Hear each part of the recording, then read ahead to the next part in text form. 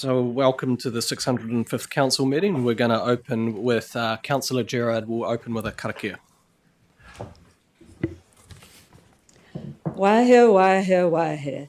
Te oro tapo noia tane. Te hoa tapu awiki, te po take ki kureo. Te wananga na. E te to ira. E ronga e whaka ira. Nā tō maha ke wakatia. Te hine nā woro e te nana. E wairoa. E te ara tā katoa. Home hui take. Kia ora, Councillor Gerard. So the translation is bring forth, bring forth, bring forth. Sacred knowledge of Tane.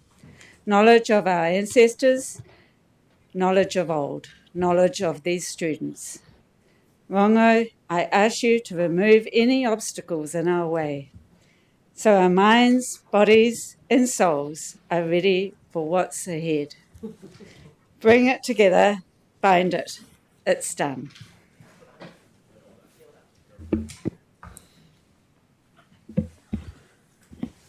Uira ki te raki he tuhiraki he tuhiraki. Uira ki te papa he whaunuku. Ka hono atu ki te pō e tifa te pō, kere te pō. Tako te pō, ko tēnei te wai, haere atu rā, moi, oki mai. Tiraha, whakatā. I tēnei wā, ka mihi atu ki Alexia Irvine. Kia koe Nettles. E pauri te wā i tēnei rā, i wehi atu ki tō whaia. Kaore e kupu, kōrero te mamai kei roto i te ngākau i tēnei wā. I te wehi atu i tetei o mātua tō whaia, nā reira mihi atu kia koe e hoa. Mo te mamai kei roto i tō ngākau me te pauri i tēnei wā. Engari, tēnei te mihi aroha a mātou mā kia koe me tō whānau i tēnei wā huaua. Tō kaha hoki i noho tonu i wainganui i a mātou i tēnei wā nō reira. He mihi aroha kia koe. Nā reira e te whaia, moi mai. Oki mai, tiraha, whakatā. Rātou kia rātou, tātou kia tātou, nō reira tēnā koutou, tēnā tātou katoa. E wāpauri hoki i tēnei wā, nā te mea te kārere e nānehi. Engari, kei ko nei mātou, mo tēnei tepu, hei arahia ia tātou i tēnei wā, te takiwā nei o Waitaha, te takiwā nei o te kaunera tai au ki Waitaha, kia kaha, kia mai, ki manua nui, ka mātaki maha i ngā kaimahi i a mātou i tēnei wā, nā reira kaha rawa mo tērā mahi. Ikari, hirinoa te whare nei tēnā tātou katoa. Just quickly acknowledging Nettles and your whānau in this sad time for the loss of your mother. I know what it's like to lose one of your parents, but a lot of love from us, all these councillors around this table, to you and your family at this time. So, to you e hoa, tō kaha hoki to see you here today, even though you are feeling a lot of pain. So we acknowledge you once, twice, we acknowledge you again and your family. Kia kaha. To us councillors, it's a hard time. Please be brave, be steadfast. At this time, please be leaders of this province. And whatever happens, just know that we're in this place until we are not, and then we have to show leadership. Not only for us, but also for our staff as well. Nō reira, tēnā koutou, a tēnā tata katoa. Mauri ora. Kia ora, and I too just want to pay acknowledgements to Nettles, Councillor Lamont, for the passing of your mother, and our hearts with you. And we're proud to see you here as well, and we love having you around the table. And also to all of our staff and to everybody and councillors from the RM bill announcements, replacement bills, the Environment Act and the Planning Act yesterday. Big news. and we've got lots to work through, and there's a lot of work to come. So we'll get on, and we will do what we do best, and respond in a good way, and make sure that the region is at front of mind. So we are now in the 605th council meeting. I've been informed that we've got a quorum present, so I am pleased to declare the meeting open. There's been no apologies received. Was anybody for early departure or anything? No. And there are no conflicts of interests on today's agenda. We do have one public forum for Peter Langlands. You may come to the table. Peter's going to be speaking about sediment loads in the Styx, Heathcote and Hallswell rivers. Welcome, Peter. You know the drill. Good to see you again, my friend. Kia ora. So, Peter, you've got your time to speak, and leave some time for questions. 10 minutes, isn't it? Yeah. Kia ora koutou koutou. Thank you very much for the opportunity to present today. I'll keep it fairly brief, actually.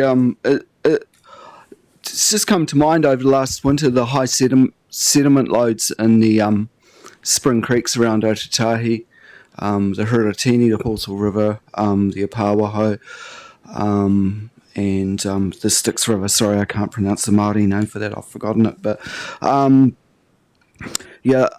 so just last winter in the Apawaho or the Heathcote River, there seemed to be very high and prolonged sediment loads lasting up to 3 to 4 weeks, resulting in significant discoloration of the river. And this was very apparent when you looked at the confluence of the two branches of the Apawaho at Craycroft, with one branch running very clear, the branch coming from the Wigram area, and the branch coming from the Craycroft being chocolate brown, and that lasted, as I say, for up to 4 weeks, which is not really what we would expect of a Spring Creek catchment. So I raised the issue at the time with the Christchurch City Council, who referred that because they couldn't identify a specific property involved with a high sediment load, that it would be a Environment Canterbury issue. And I did bring the issue to the attention of Environment Canterbury. I'm not sure if I actually got a conclusive answer. But it does concern me because the Apawaho River is an urban spring creek, very high biodiversity, and water clarity is a really important part of the feeding ecology of a lot of the aquatic life. And living next to the river too, I guess I've got a personal interest in its welfare. At one point in the early stage of the whitebaiting season too, the season would have been impacted because of the lack of water clarity in the river. And already for a lot of whitebaiters, the season is reduced on what it has been in previous seasons. So that's a concern. I have actually counted up to 45 groups of people whitebaiting on the Apawaho River. That's the focus point really, is just finding out, how we can solve these high sediment loads that appear to be coming off the residential development area, I think, in the Craycroft catchment. It seems like, the sediment the water's flowing discoloured for a very prolonged period of time. But, looking at a broader perspective too, the Styx River is also in a highly degraded state, very high sediment levels in the river. And I guess this is a secondary issue, is looking at the fact that the Styx has gone through a major ecological restoration program. I think they've touted having planted over 200,000 trees, but how does that actually translate to the water quality in the river and the aquatic health of the river? I think it's got a degrading. I'm not sure what scale that's on, but apparently that's the worst grading I think it could have. So we've got this sort of mismatch between, I guess, riparian work and the actual in-stream values, and I just wonder if we should have more of a focus on looking at the in-stream values and methods and techniques for improving that. I guess, so I think we could probably, I was just wondering if we could combine looking after the 4 spring creeks that flow around the city, the Hallsville to the south that connects, of course, the city to Te Waihora, which is a very significant area. The Heathcote, I mean, the Avon's relatively okay. It would be good to see more biodiversity funding available for the lower Avon or, river. The Otakauro, So, it was really just trying to get a resolution on addressing this problem in the Apawaho with the very high sediment levels. So that's pretty much what I have to present today. Thank you. Thank you, Peter. You've left good time for questions. So we've got Councillor Davis.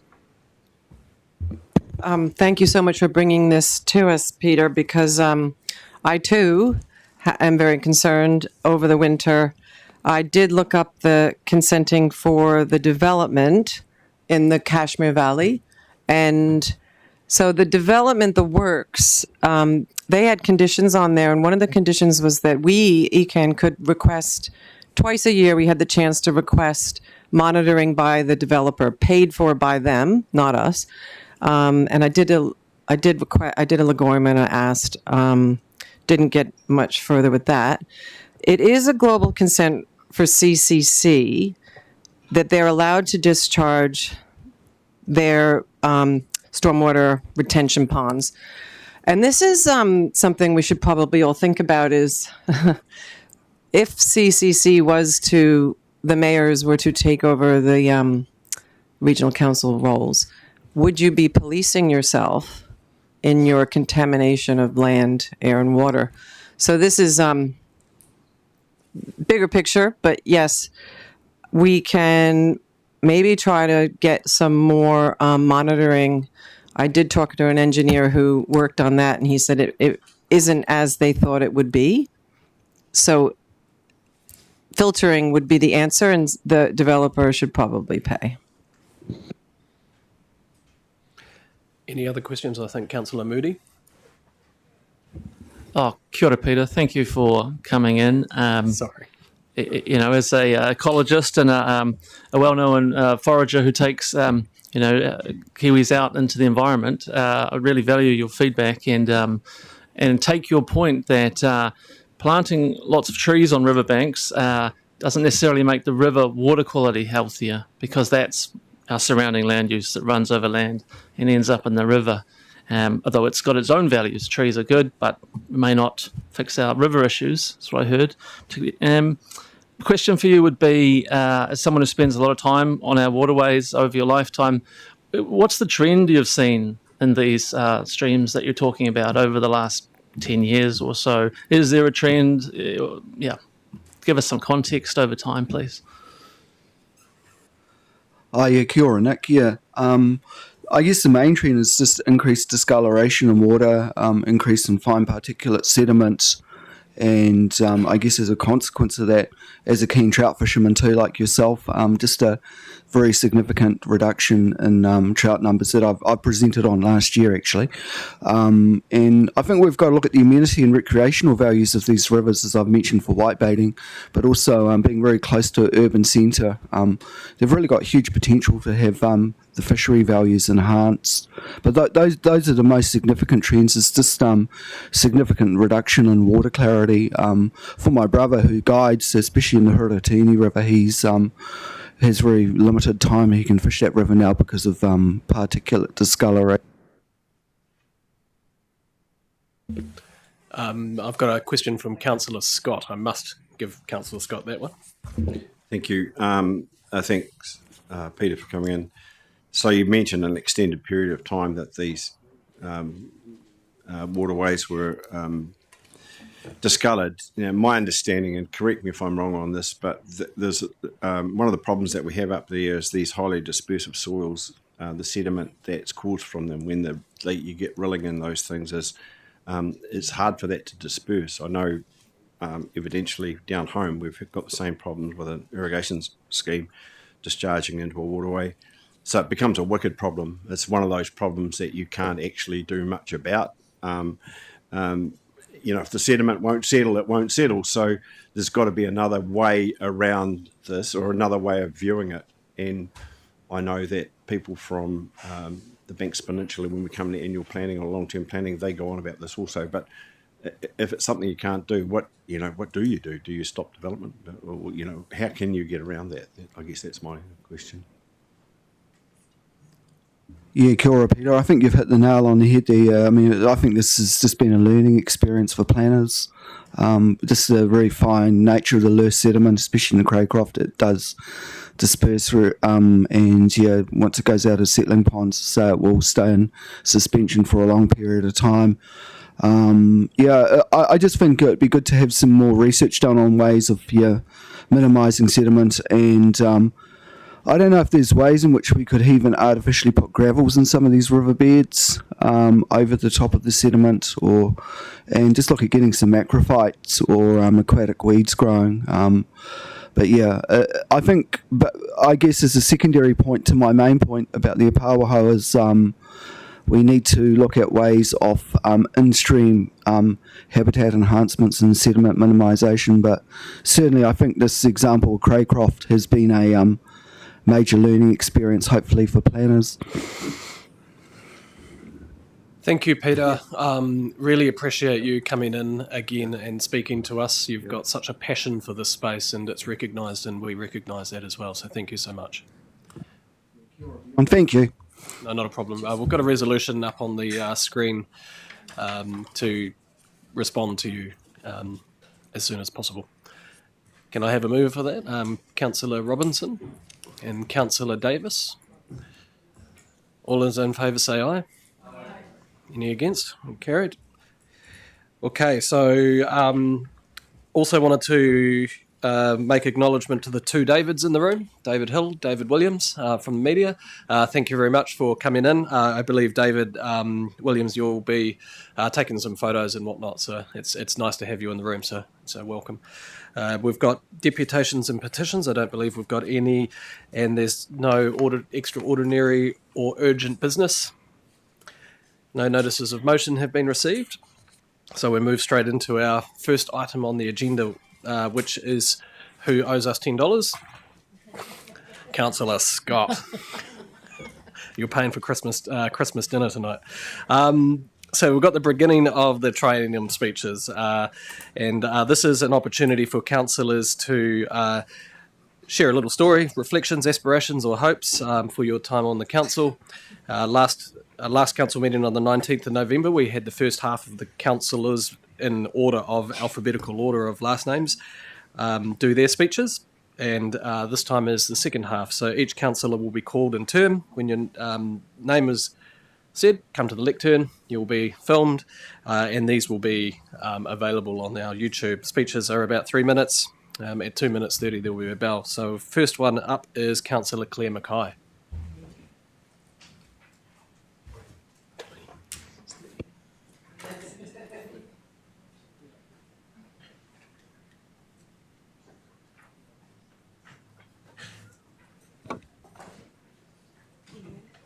It's not on.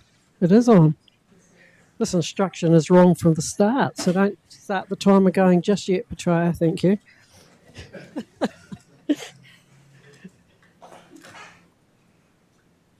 Are you ready? Okay, thank you. Tēnā koutou katoa, ko Claire McKay toka wengwa. In returning as a fourth-term councillor, I note that my goals remain consistent and true to my values. I'm committed to providing strong leadership and good governance with reasoned decision-making. A key goal is to balance social, cultural and economic values with responsible environmental objectives. Yes, I'm well aware that they are on the way out. However, the values remain strong at this table, albeit to varying levels across it. We all know this council term will be particularly challenging with all the reform being driven by central government at the moment, and I will touch on three priority areas. 1. The significant RMA changes have been announced by central government, and our opportunity to influence and advocate is short, but critical for this organisation and wider Canterbury. We sure need a more workable resource management framework, one that is fit for purpose, provides environmental protection and encourages investment and productivity across the whole region. Yesterday's announcement included some promising changes. However, the devil will be in the detail. I pose, could we even get back to the days when an applicant could actually fill in an application form and do the AEE? The second point that I'd like to raise today is that we all know that local government and its structure across Canterbury will look different in the future, and it needs to. The 11 regional councils are the easy target. The current form, discussion paper, is really about the amalgamation of TAs. We must grasp the opportunity presented and work together for the greater good of Canterbury. Let's make a strong case for continued involvement in discussing the future. There is much expertise and experience at this table and within the organisation to harness. The third point, the council requires leadership from this table to navigate not only the changes coming at us from above, but also to resolve the issues closer to home. Be that the consenting issues we've been grappling with, insufficient funds for wilding or wildlife control, or the constant reactive comms that we have to deal with. Critically, I believe the loss of trust in the organisation by many in Canterbury more recently is one of the most pressing issues to address. We need to earn the right to be here. We need a reset to rebuild trust. We must rebuild respect and trust if we are to supercharge our non-statutory environmental improvement work and maintain and build on the good work collectives and community groups across Canterbury have done to date.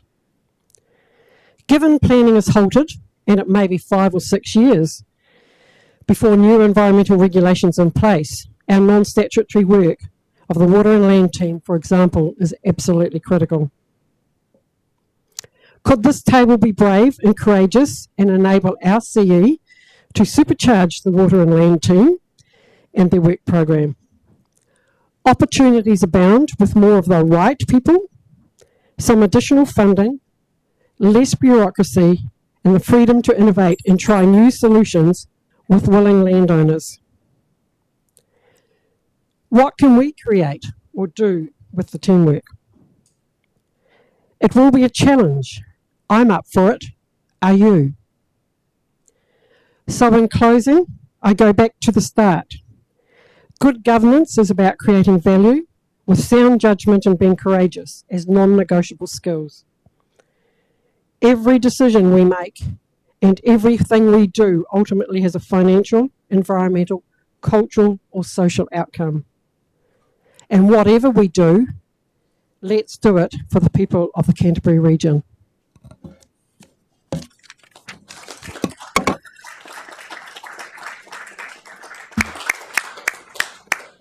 Kia ora, Claire. Next up, we've got Councillor Megen McKay.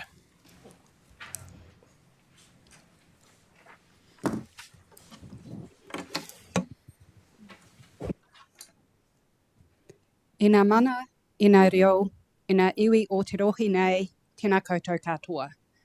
Like you, I am here to serve Canterbury, its people, its place, and mana whenua who hold a deep relationship with this rohi.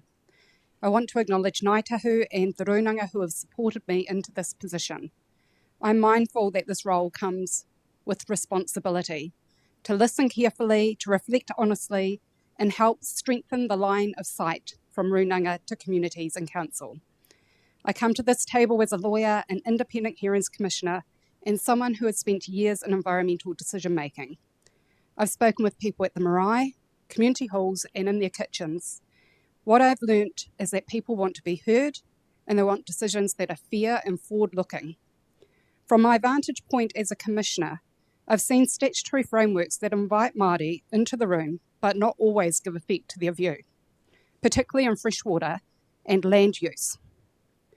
As systems change, my concern is that we do not lose the hard-won space Māori have created to speak for the wai, the whenua, and future generations. Kaitiakitanga sits at the heart of how I will approach this work, and it will guide how I think about our responsibilities in this region. The coming months will bring challenges, reform, climate impacts, and tackling long-standing tensions between environmental protection and economic activity. We have a duty to protect and restore the environment while supporting a resilient region. These goals aren't competing, they depend on each other. People are fatigued with reforms and rising costs, and our job is to bring steadiness, clarity, and honesty of the trade-offs that we face. Many of these challenges we face are due to the systems that we have inherited, not the individuals or the sectors. Mātauranga Māori has a great deal to offer our spatial planning, how we think about what belongs where and why. Best solutions come from partnership, good planning, and open conversations about how we support communities, mana whenua, and industry to adapt and thrive together. For me, good governance is not about agreeing on everything. It's about engaging early, being transparent about the why behind our positions, and ensuring that we are not surprised by our decisions. It is about strengthening relationships with each other, with iwi, and with the communities that we serve. I'm looking forward to learning from each of you and navigating these challenges ahead together, with openness, integrity, approaching hard conversations with respect, and making decisions that reflect the aspirations of those who will come next. So ngā mihi nui, I look forward to the work ahead together.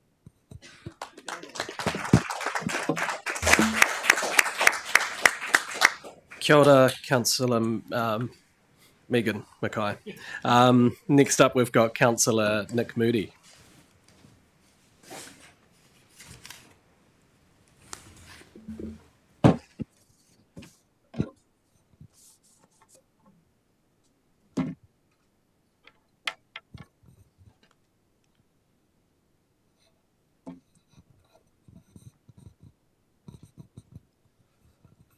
Thank you to everyone who put your trust in me. Thank you to my friends, family, supporters, the trout and salmon fishermen of Canterbury, and my wonderful partner. I'm here thanks to your support. Yesterday, we had the biggest resource management reform announcement of my lifetime. The RMA, with its world-leading focus on sustainable development, has been replaced by new legislation which looks at private property rights as a guiding principle. And rights are important, but as we all know, great rights come with great responsibilities. And as a small island nation, thinking about our neighbours and those downstream of us is in our DNA, and our legislation needs to reflect our culture. I feel that it's a very American ideal, private property rights, and I'm concerned that we could end up like America, a nation divided if we're not careful, because of the swing in Wellington politics that I see from both sides of the House over time. At this time, I'm reminded of the poem by William Yeats, where Bill says, "Turning and turning in the widening gyre, the falcon cannot hear the falconer. Things fall apart, the centre cannot hold." Now ours is the challenge to prove that the centre can hold, that unity can triumph over division. And the centre must hold for our environment, because clean water and swimmable rivers, trees and birds are an important part of what makes Canterbury home and wonderful to live here. And the centre must hold for our economy, particularly for rural land users, farmers who need reliable legislation that doesn't change with every change of government, so they can make long-term economic decisions, because farmers just want to farm. And the centre must hold for the ratepayer, who can ill afford to spend millions of dollars for us to rewrite our plans every time there's a change of central government. And where is that centre, you ask me?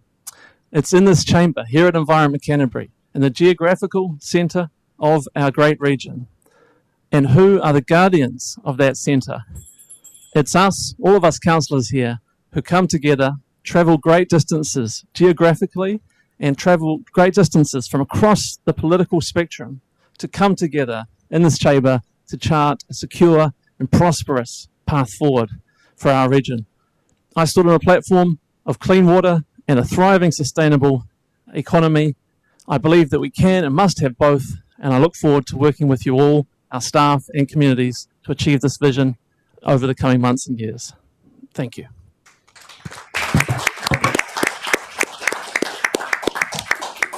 Thank you, Councillor Moody. Next up, we have Councillor Genevieve Robinson.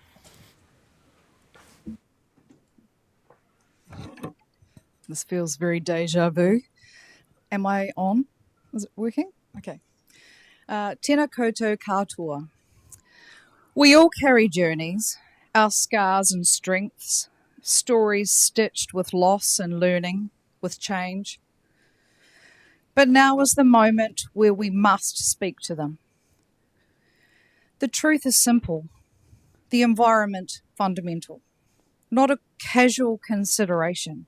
Not a sideways glance or an aftertaste. Our environment is not up for barter nor price. Our environment holds many a treasure, a taonga. It must be handed unspoilt from one generation to the next, irreplaceable, without trade or without compromise. That is the line I choose not to cross, because I stand for the places that cannot speak, those that cannot protest, and for the rivers that remember. I stand for the estuaries and the lagoons where fresh water meets the salt, marine life feeding, flying, children swimming, playing, the seagrasses gripping onto shifting sand and seabirds that safely settle. I stand for braided rivers, for tuna, for kora, for wings that return each and every year, expecting protection. These are living taonga, squeezed out by shrinking streams and changing coasts, a climate running faster than we are. We are told prosperity, not protection, but prosperity that wrecks its own roots, ends in ruin. When protections do fall, when degradation rises, the question is constant. Who pays that price? Sir Geoffrey Palmer warned us. First, weaken scrutiny. Then accountability falls. Then power is lost without consent. And when accountability does fade, so too do our voices, the species, the freshwater, and our futures. So I stand with those today who carry a conscience, because one day the future will ask, what did you do when it mattered? I will say, I chose not to be silent, not for comfort and not for convenience. I chose to side with our taonga and our treasures. They are not for barter, but to be nurtured for the future and for all. Ngā mihi nui. Thank you. Kia ora, thank you so much, Councillor Robinson. Next up, we have Councillor Peter Scott.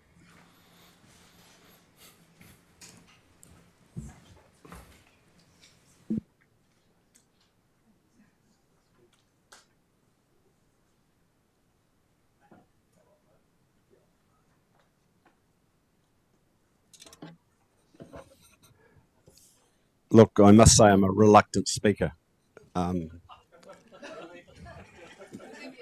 There's my speech. This is my speech. So 10 years in this place has taught me a lot. I guess there's a lot of stuff I know. I represent South Canterbury. Have had a bit of a rocky time within this building, but I'm back here. When we started talking about the things that were important to us at the start of the Triennium, I said the 3 W's are the things that are important to me. Waimos, which is Waimeti, wilding pines and wallabies. The Waimo thing's about nitrates and Glenavy drinking water, and what are we going to do about that? What are the non-statutory things that we can take into account to do that? And so the work that I've been doing outside of this building is with universities, milk companies, with fertiliser companies, in terms of we need to have a discussion about that, because we can't keep doing this to ourselves. In fact, if we did things properly, we could probably have more cows and less damage. We just need to get rid of the nitrate, not the cows. So that's it. That's what I think. I've got a real desire in terms of this term to do something specifically good for manahuna, te manahuna aoraki, in terms of predator removal from that area. I think there's an opportunity to do that. We've just done some work in terms of getting more money for wallabies, so hopefully that can come through also. Now, our statutory role in this building is pretty interesting at the moment. Someone's taken the pack of cards and chucked them up in the air, and no one knows exactly what the form's going to be when they put them back together. But I'd say that we need to concentrate on what our functions are, not what our form is, what are our functions. We know that there'll be change here. There's a desire to change local government. There has been a desire to change local government for a very long time. I was part of the Future for Local Government and the regional representative. We did a doorstop report for government, and it got pushed back to us. And the government was saying, well, regional councils or local government need to come to us with the changes desired. I think we're on that path now, and I think it's a good thing. I'm not particularly precious about my role here, but I am reasonably precious about my understanding of what the role is, and hopefully can help in the future. I think the interesting thing that we have is that you can't chuck singular functions out of this building. Consents need science. You know, we need science for our river control. So where are all those things going to sit? Those are the questions in my mind. Now, maybe people here have got those answers. I haven't. So I look forward to the next wee while when we work our way through that and try and get some sense out of this. I was pretty happy with DIA discussion that we had yesterday, and I'm thankful for Deon to get them to come and see us. And I think that there's an understanding is that we're building this aeroplane while we're flying it, you know, and so there's a bit of that going on also. So thank you. And to the staff, I think you just need to hang in there for the next wee while. I mean, I know it's tough, but we just need to hang in there. Thank you.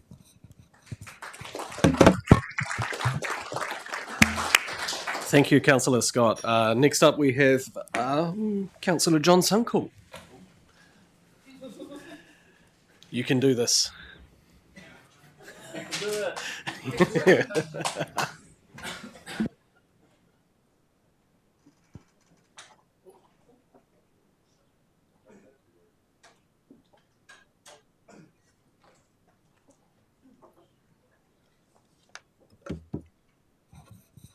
Thank you. I wasn't going to make a speech, and I have no speech prepared, which makes it very dangerous because when I speak off the cuff, I may say things that I probably should not say. First of all, I want to thank all those who have supported me over the last 3 triennia and re-elected me into this 4th term, very clearly in the knowledge that we were and are facing significant change. And the pronouncements from government on what the form of local government will look like in our respect has come to pass. And the RM reforms that have been announced yesterday give us a further indication. The challenge for me is we do not really know what our future still looks like. The functions that we hold, we have no understanding of where they will lie. Do they sit with a centralised body within central government? Do they get divested down into territorial authorities? What do our TAs look like? Are they unitary authorities? We don't know. Is there an ability to have a glorified catchment board across all of Canterbury to look at those functions of civil defence, river management, hazard and risk? They're all questions that are sitting there up in the open, but I suspect until we find out where that function conversation lands with government early next year, we have no real idea of where we land. There's a lot of excitement about the changes to the RMA within our rural communities, and I accept that, and I'm pleased that those conversations are being had. But I do have a caution. When we read the documents, we read about those catchments that are over-allocated, both in water and the over-extraction of water in those catchments, and equally the losses to the receiving environment by contaminants or nitrate or phosphorus, sediment, all those things. And there are very clear statements in there that say that those catchments are over allocated, and there will be a requirement for whoever is in charge, whether it's some form of us or a regional or territorial authority, that those numbers will need to be pulled back. So I just caution the excitement that 46% of consents will disappear. I'm not sure how, on the one hand, we need to pull back that over allocation without a consenting process or a statutory process that allows it to happen. I absolutely believe in our catchment groups. I absolutely believe in the actions that we take on the ground to give effect to the future of our environment. But there is a big question mark in my mind as to how we pull back in that statutory space from over allocation. And I think that's something that will play out over the next few months. So to my communities, yes, I am excited about what the RMA potentially gives us, but there are some fishhooks and some nerves in there, and maybe that excitement should be tempered a bit. To our science teams, our civil defence teams, our rivers engineers, where you guys end up, I don't know. But I absolutely believe that we need all of you working together for the future of Canterbury. Civil defence is a simple system, but our river engineers do our flood work. Our hazard and risk scientists do the work in assessing risk. We are integrated in our thoughts and our thinking. So it's beholding on us to have some very strong conversations as to what a future looks like, to ensure that we don't throw away those very good things that we have, the integration of our processes. So thank you to those who have supported me in the past. This was going to be my last term. I didn't expect it to be quite as short as it is. The pension that I'm now on doesn't seem to be quite the same as the stipend here, but unfortunately that is the function of government and their prerogative. So again, thank you to everyone, and we just really need to think about our functions and then worry about the form later. Thank you. Thank you, Councillor Sunckell. Now we've got Councillor Deon. Oh, that's me.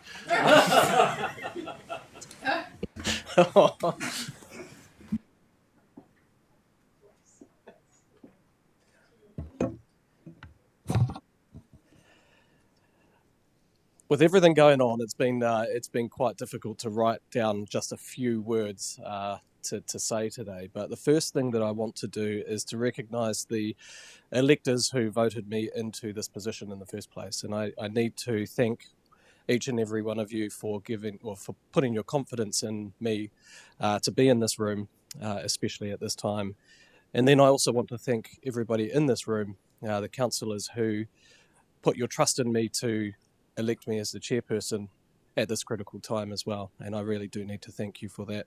And I also need to thank the other chairs of the regional councils and the unitary mayors across New Zealand who also elected me into the role as the chair of that particular role at this time, and I am under no illusion how big that workload is given everything that's happening. But I really do want to say I'm proud to be here and I want to do what's right.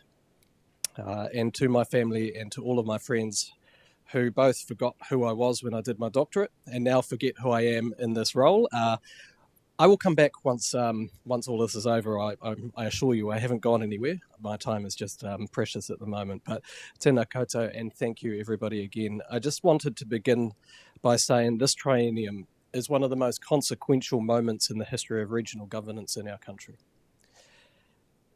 As a region, we face some extremely converging challenges. Climate change is reshaping how our rivers and our coastlines are. Water quality is under pressure. Communities are demanding more of us when there are less resources to do what they want. They're demanding flood resilience. They're demanding air quality improvements.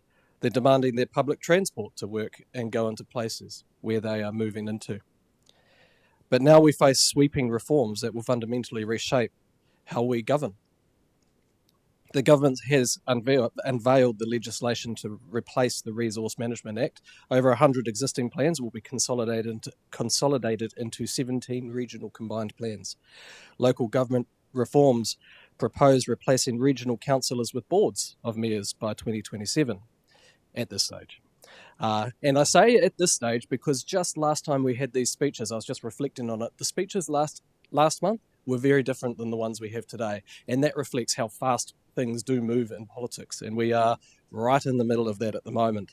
But all of what I just said are not distant possibilities. These reforms are here and they will define us and how we work in our coming years. In this time of profound change, Canterbury's voice must be clear, strong and unified. We must navigate these reforms with both principle and pragmatism, advocating fiercely for what serves our communities while remain adaptive to the new systems. And our priorities must remain steadfast. Climate action, freshwater protection, flood resilience, sustainable environmental management, regional leadership. We must pursue these with rapidly evolving landscape that we live in. The council's role is not going to change. The people that do the work still need to do the work. These reforms ahead of us will test us, but Canterbury has faced these seismic shifts before and we will get through it. We will emerge stronger. This triennium will demand collaboration across the councils. All of you have a responsibility in this. Courage in the uncertainty and the unwavering commitment to intergenerational stewardship is going to be critical. Together we will ensure Canterbury not only survives these reforms and what's coming, but we will lead through them. Thank you very much, everyone.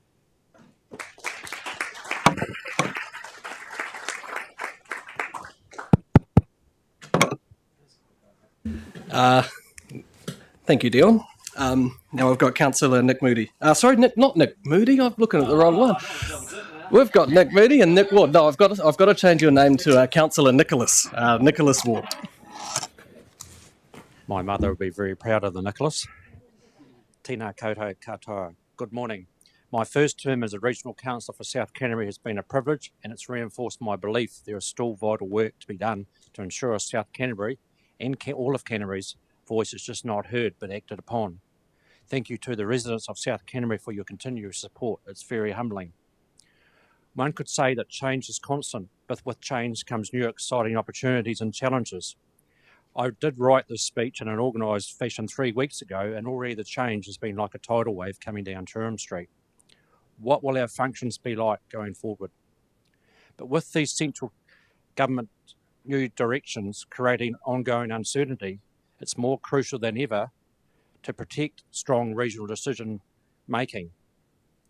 Despite these radical changes ahead, we must fight to keep key decisions local, where they belong, ensuring our communities' voices are paramount and environmental challenges are addressed and improved. We must strive for continual investment and continual essential investment in robust river management, effective flood migration, all while achieving environmental outcomes that benefit us all. Continued investment is essential for public transport, but who knows what this business model will look like going forward with the talk of demise of regional councils and unitaries. We need urgent focus on a separate CCO. Consenting. After yesterday's RMA changes announced, this brings new opportunities for all of us. We must cut through the unacceptable backlogs and bureaucratic hurdles of the past. The unacceptable cost and time for these to be processed is putting unnecessary pressure on all businesses, both urban and rural.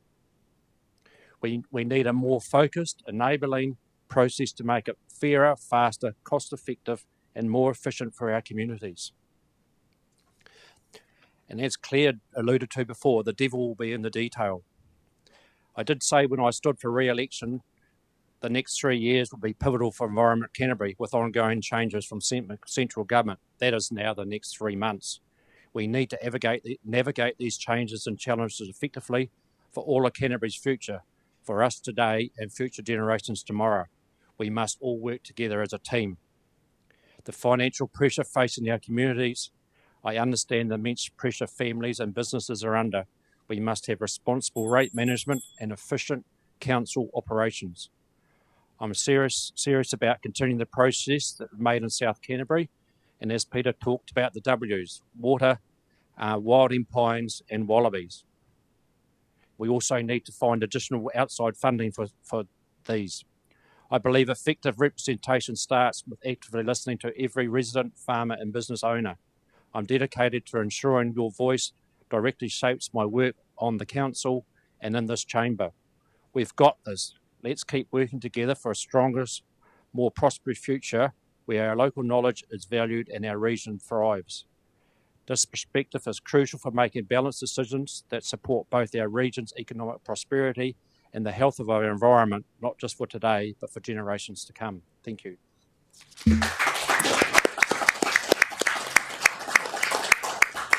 Kia ora. Thank you, Councillor Ward. Thank you, councillors, for the reflections.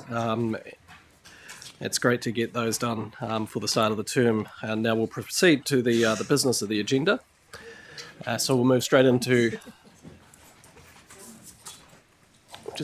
We'll just wait a few minutes for the cameras to get unpacked. It'll be good.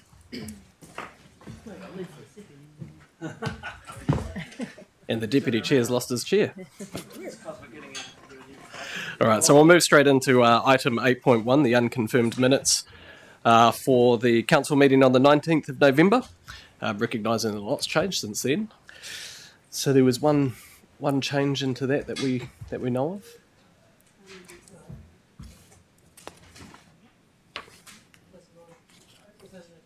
Was that in some? It was in. Was it in the other part? Okay. So, is there any matters for accuracy in the minutes? No. Can I please have a mover? Councillor Ward, a seconder. Councillor Campbell. All those in favour, please say aye. Any against? It's carried. Next, we will move into report items for decision. So we've got the 9.1, which is the establishment of the Recess Committee. Lisa Goodman, General Manager of Governance, will come to introduce this report.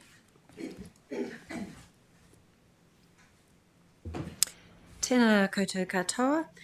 This is the first of a number of procedural or administrative reports today that complete establishment of governance arrangements for this council.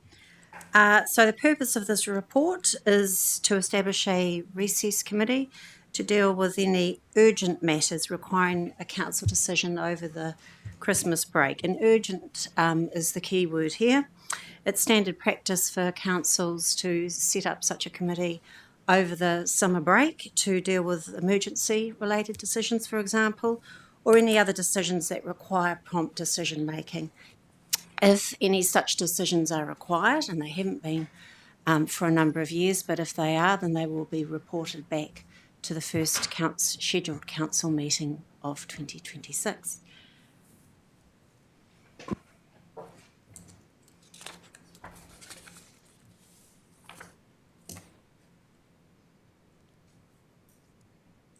My apologies, was that it?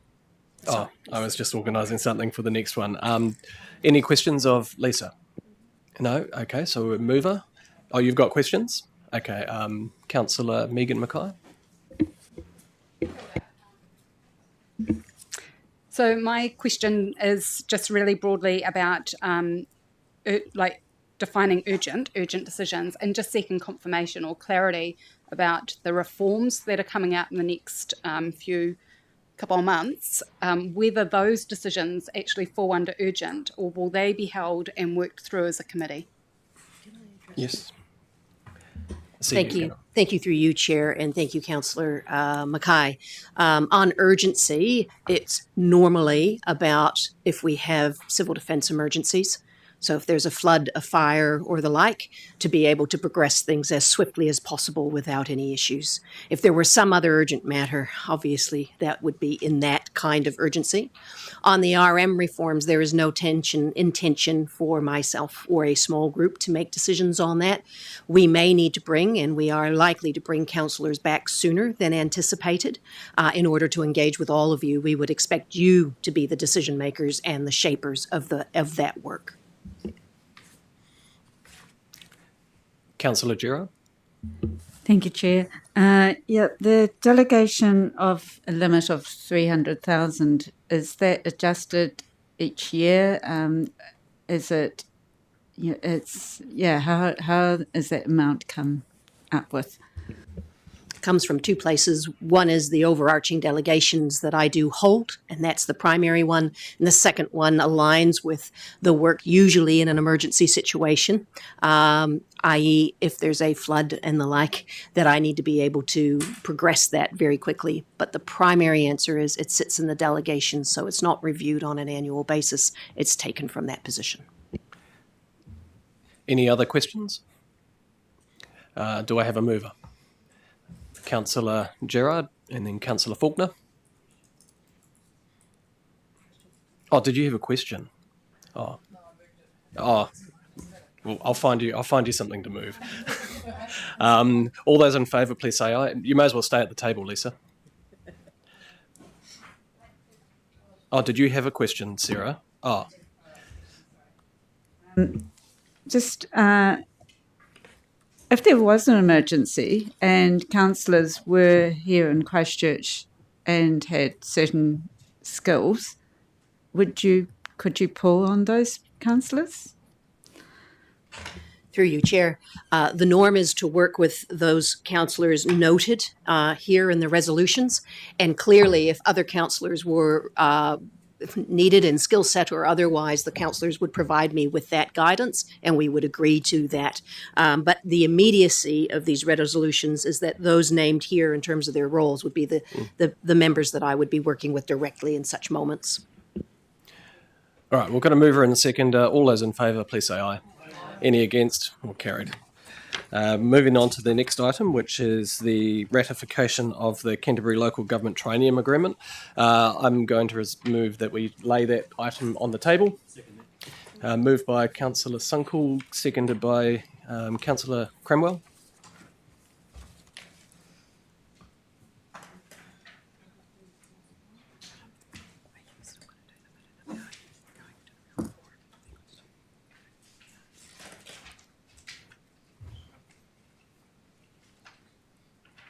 So we're just getting the resolution put up. And it's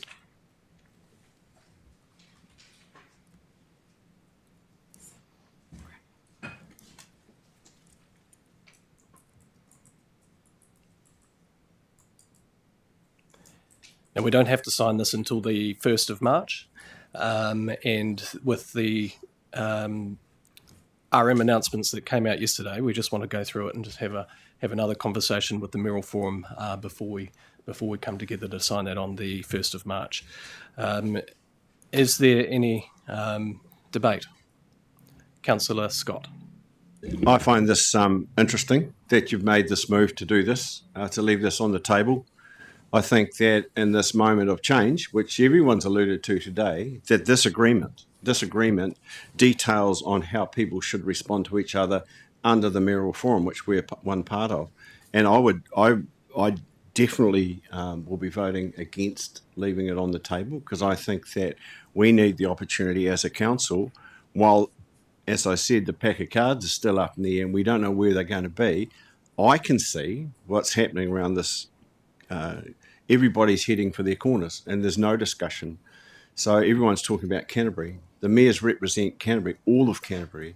Where's the opportunity to have a discussion and support you as a member of that Mayoral Forum, and also the CE as a member of that Mayoral Forum, in terms of how we see things? Because certainly that that hasn't been taken from us with the reforms as questions. Certainly there must be an opportunity for us to be involved. People are going around talking about localism and representation and democracy and all those great words that we have, but we've got an agreement here that lays out things pretty clearly, and I can see those things aren't happening, and that worries me, Chair. Councillor Davies. Yeah, I support this motion. I mean, as you said, Chair, in your speech around now is a time for unity, a time to bring our voices of region together, and I think by putting this on the table now, we're observing what's happening, we're being rational, we're being calm, we're holding the line on the ship that we sail, and I think that it's, I support especially the way that you both have led the organisation through this time. This is just a moment to take stock, take pause. We don't have a position on the simplification. That's something that we're going to do early next year. Our staff are still reading through the bills that were released yesterday. And so this is a continuation of our approach, which is let's be calm, let's be steady, let's take this seriously as the Canterbury Regional Council. Councillor Sunckell. I echo the words of Councillor Davies. Until we understand where the functions may land, there's expectations on different entities about where they might be and what it might look like. But until we understand where those functions might lie, whether they sit with central government entities or devolve down to territorial authorities or unitary authorities, I think we should just tie-ho, get a clear understanding of where things are, relook at the agreement with the Mayoral Forum and the territorial authorities, and just have that conversation at that point. Thank you. Thank you, Councillor Sunckell. Councillor McKay and then Councillor Campbell. And Councillor Mackenzie. Kia ora. I support this motion and leaving the ratification decision until February, but for a different reason, and that is in the agreement. So there's been various versions of the agreement, and over the last few terms, where the role of mana whenua or the role of Ngaitahu has been shifted and moved. And my understanding is that there is a commitment to actually look at that again and determine what voice will represent mana whenua in this forum. So it's for a different reason that I actually support leaving it until we've been able to work through that a little bit more carefully. And I understand that that's a general commitment from all of the mayors. The only other thing that I thought would be helpful to add is that at time of reform, there is just such a level of everybody being unsettled. And I wanted to support you and empower you and remind you that you are unanimously supported as the chair of ECAN. And when you walk into those forums, you walk with that on your shoulders. Know that you're well supported and you represent all of us. Kia ora. Thank you, Megan. Councillor Campbell and then Councillor Mackenzie. While I absolutely support the idea of putting this on the table, I just note the very short number of days between 25 February and March the 1st, and am slightly concerned about that placing more pressure on us on any conversations we may wish to have. And so I would just like to, while I will support this motion, I would just like to put out there that we start having those conversations among ourselves and with the mayors before the 25th of February. Councillor Mackenzie. Look, I'm not going to argue against putting it on the table, but I'm not convinced we couldn't sign this document now. The objectives of the Canterbury Mayoral Forum and the terms of reference are very clear, and it seems to me that it enables all the discussions you're saying you need to have before you sign the agreement. So I'm not sure why you're not signing the agreement and just moving on, because the specific intent of the Mayoral Forum is to have conversations between the regional council and the mayors to actually work out what is best for Canterbury. Any other discussion? No, I just want to say that this is not pausing, and this is not saying, "Hey, look, we're just not going to do it today." We will do it, but there is some fundamental changes that have happened overnight, and there are some things in the in the agreement that we need to have a conversation. The Mayoral Forum is going to meet. We've got a meeting in this council around us next week just to have this conversation. A couple other conversations about the reforms. So there's a very fast-moving progression of things happening, and they're not in isolation. This is not about us not wanting to do this. This is actually about getting a better outcome so that the outcomes of Canterbury are for right at the front of mind. So all those in favour, please say aye. Aye. Any against? Do you want it noted? Peter, do you want it noted? Please. Carried.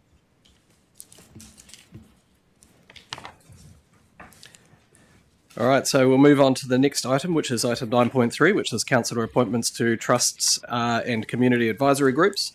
Lisa Goodman will introduce this report.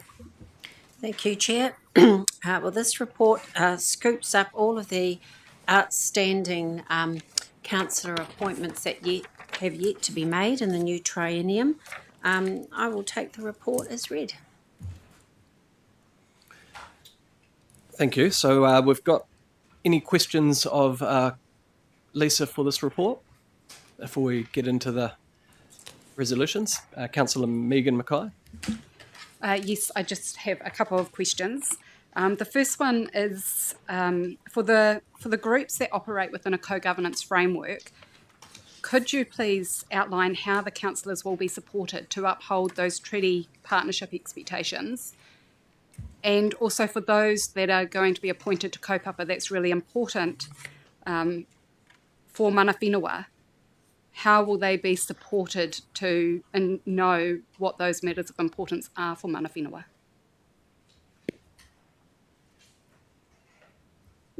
I'll just ask if David Perenara O'Connell can join me at the table. He'll make a more valuable contribution to that question, that answer. Thank you. Kia ora, through the chair. So with regard to the co-governance arrangements, like all forums, available staff are there to brief our representatives on whatever the agenda items are that are forthcoming on those. Likewise, across the operations staff, when it comes to the biosecurity groups and the likes, that support mechanism is there and available for councillors that are appointed to them. Councillor Robinson, did you have a question? Just with regards to a particular oversight group, which is the Pest-Free Banks Peninsula, we have one councillor listed. But as the pest-free group would like to advance into the Waitaha MIP model, rather than just the Banks Peninsula model, City Council has two representatives, one reflecting the Banks Peninsula constituency and the other urban. And I'm wondering if we actually should be also reflecting the same in our advocacy for that. Well, first of all, I think we'd have to look at the terms of reference for the group. That may well set out the parameters around membership, so staff can come back to councillors and advise on the possibilities of membership expansion. But I couldn't give you a definitive answer on that today. Councillor Campbell? Any other questions of Lisa? Thank you, staff. We'll bring up the resolutions. What we'll do is we'll populate the resolutions with names. So we've got so from the chair, I'd be looking for this resolution for John Faulkner to represent the North Canterbury Biosecurity Advisory Group, Sarah Gerard for the Central Canterbury, Nick Moody for the Christchurch and Banks Peninsula, and Nick Ward for South Canterbury.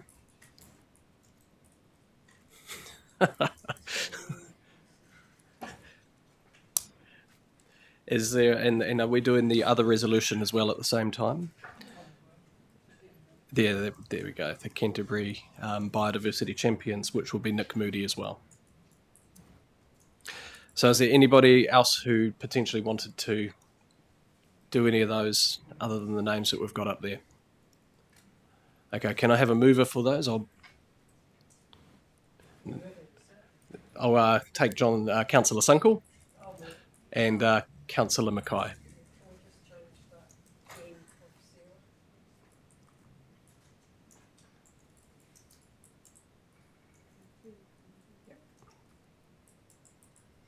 Is there a spelling mistake on one of the names? Oh, it's just S-A-R-A. Yep, there we go. Any discussion? All those in favour, please say aye. Against? Carried. Congratulations to the people who have been elected to those groups.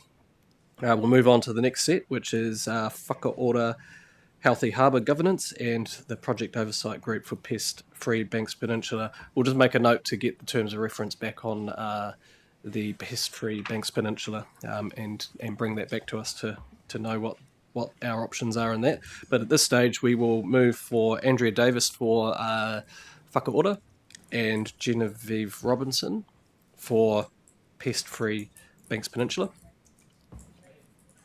Or do you want it to be Nick Moody? I think he does. I was in the past. Which one? That's what it was. Nick.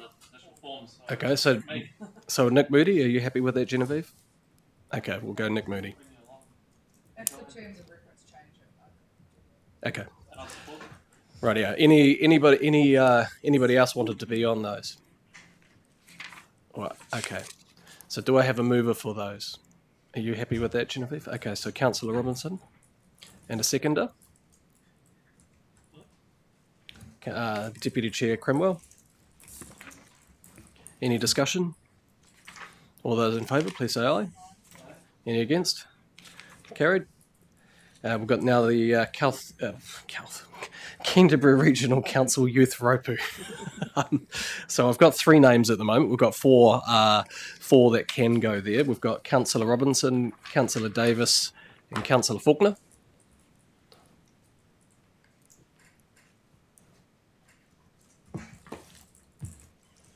Any other takers? And anybody else want to? Councillor Gerard. I'm glad you put your name forward there. Thank you.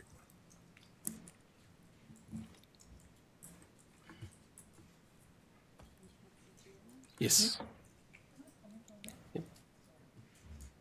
Just with regards to the terms of reference too for the youth rupu, we have had representation in past committees, and I would just might be just an opportunity to request that the terms of reference could be looked at for having the same brought to us for a committee for next strategy and policy. I think it was last time. Oh yes, I see what you're saying. Sorry, yeah, it's just jumped to my mind. So I did have. It's something separate. We'll bring that into a discussion for next year. All those people who have been nominated for this, are they happy with that?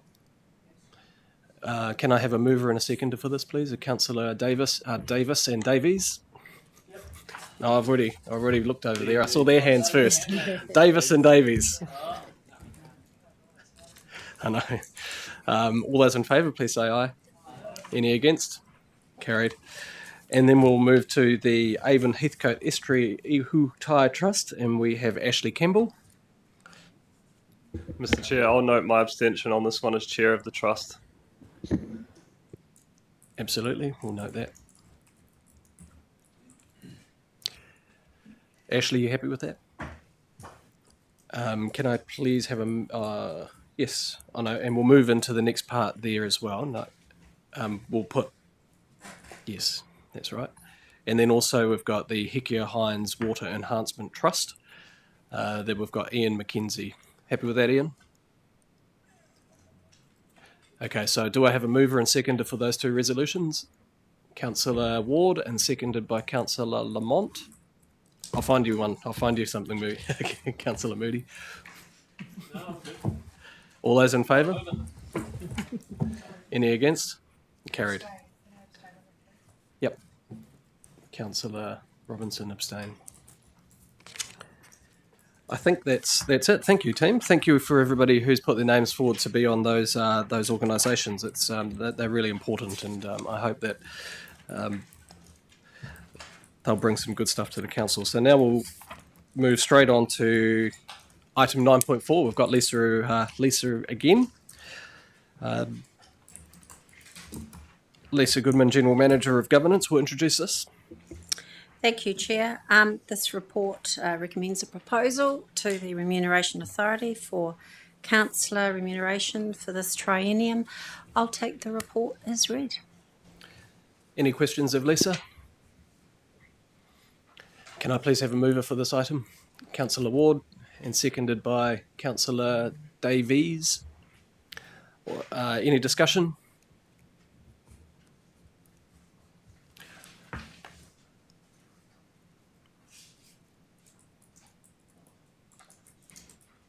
All those in favour, please say aye. Any against? It's carried. Thank you. And we've got one more procedural item on this one. Item 9.5, Allowances and Expenses Policy. Lisa Goodman, General Manager of Governance, to introduce the report. This report seeks some mostly minor amendments to your allowance and expense reimbursement policy, plus the introduction of a new allowance that's been approved by the Remuneration Authority. The changes are set out in paragraph 6, and in the attachment, the changes to the previous policy I should say current policy because you haven't adopted this yet. The changes are highlighted in yellow for clarification, and I'll take the rest of the report as read. Thank you, Lisa. Is there any questions? May I have a mover? We've got Councillor Gerard. I think you wanted to move this item. And I had Councillor Davis as the seconder, so... No, I've got mover and seconder. I'll find you one. Any discussion? All those in favour, please say aye. Any against? Carried. Excellent, thank you. The next item is another procedural one here, the Canterbury Regional Transport Committee Territorial Authority appointments. Lisa Goodman, introduce this report again, please. Thank you, Chair. Well, very briefly, the report is requesting your approval of nominations put forward by the territorial authorities in Waitaha, Canterbury and NZTA, representatives for the Canterbury Regional Transport Committee. The nominations that you see in the recommendation to Council, they were all passed by resolution at each respective Council meeting. I can also report that in addition to those that you have in the published agenda, we have been notified that Mayor Nigel Brown is Timaru's District Council's... Bowen. Yes, I can't read my own writing. Has been nominated by that Council. Do I have any questions of councillors? Okay. Do I have a mover for? We'll get the resolutions on the screen. I've got Councillor Campbell's already there, so Councillor Campbell will move it. Any seconder? Councillor Faulkner. Any discussion?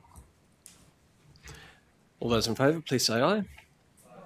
Any against? Carried. All right, we'll move on to... Excuse me, Chair. I'll have to step out a minute. Do you want to go to lunch early or do you want to go straight into PCA? Do you have to... Sorry. Just give us 30 seconds.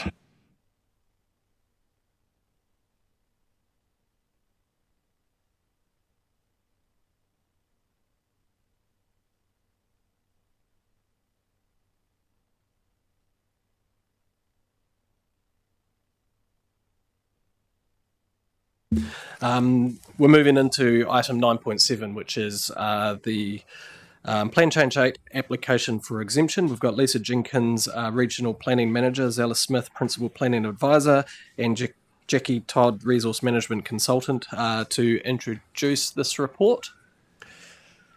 And Amy, Director of Strategy.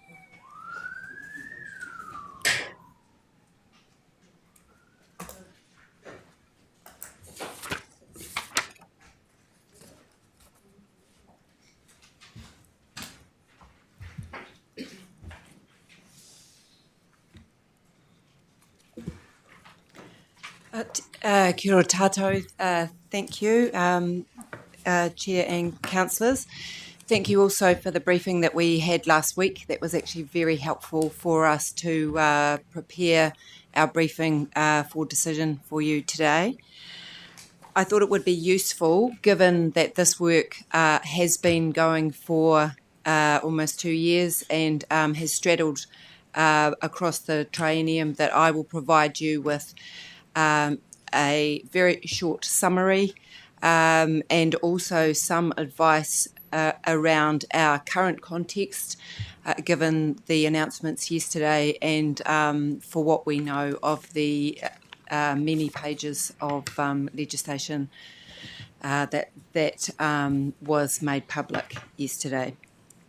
So before I start, also I realise that some of you are getting used to us. I would like to state that we have over 100 years of experience at the table operating within regulatory frameworks and within public sector legislative frameworks.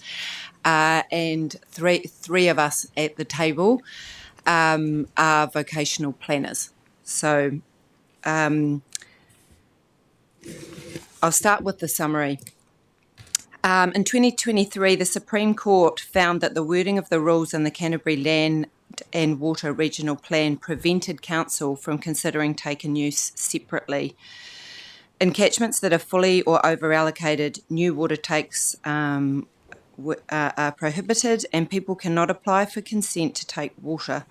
Because of a change of use, is treated as a new consent and must be connected to a take consent, considering a change of in a fully or over-allocated catchment is also a prohibited activity. In other words, in fully and over-allocated water zones in many parts of Canterbury, existing consent holders cannot change their use of water because of current rules coupling the take and use together. Following the Supreme Court's decision, the Council initiated Plan Change 8 in February 2024. Plan Change 8 proposes to change the Canterbury Land and Water Regional Plan. In addition, some aspects of the plan change need to be carried over into the Huranui and Waiau River Regional Plan and the Waipara Catchment Environmental Flow and Water Allocation Regional Plan. The draft plan, as consulted on, had three parts. Part A, take and use of water. Part B, wetland construction. Part C, agricultural and intensification. And you note that that is all provided in your paper.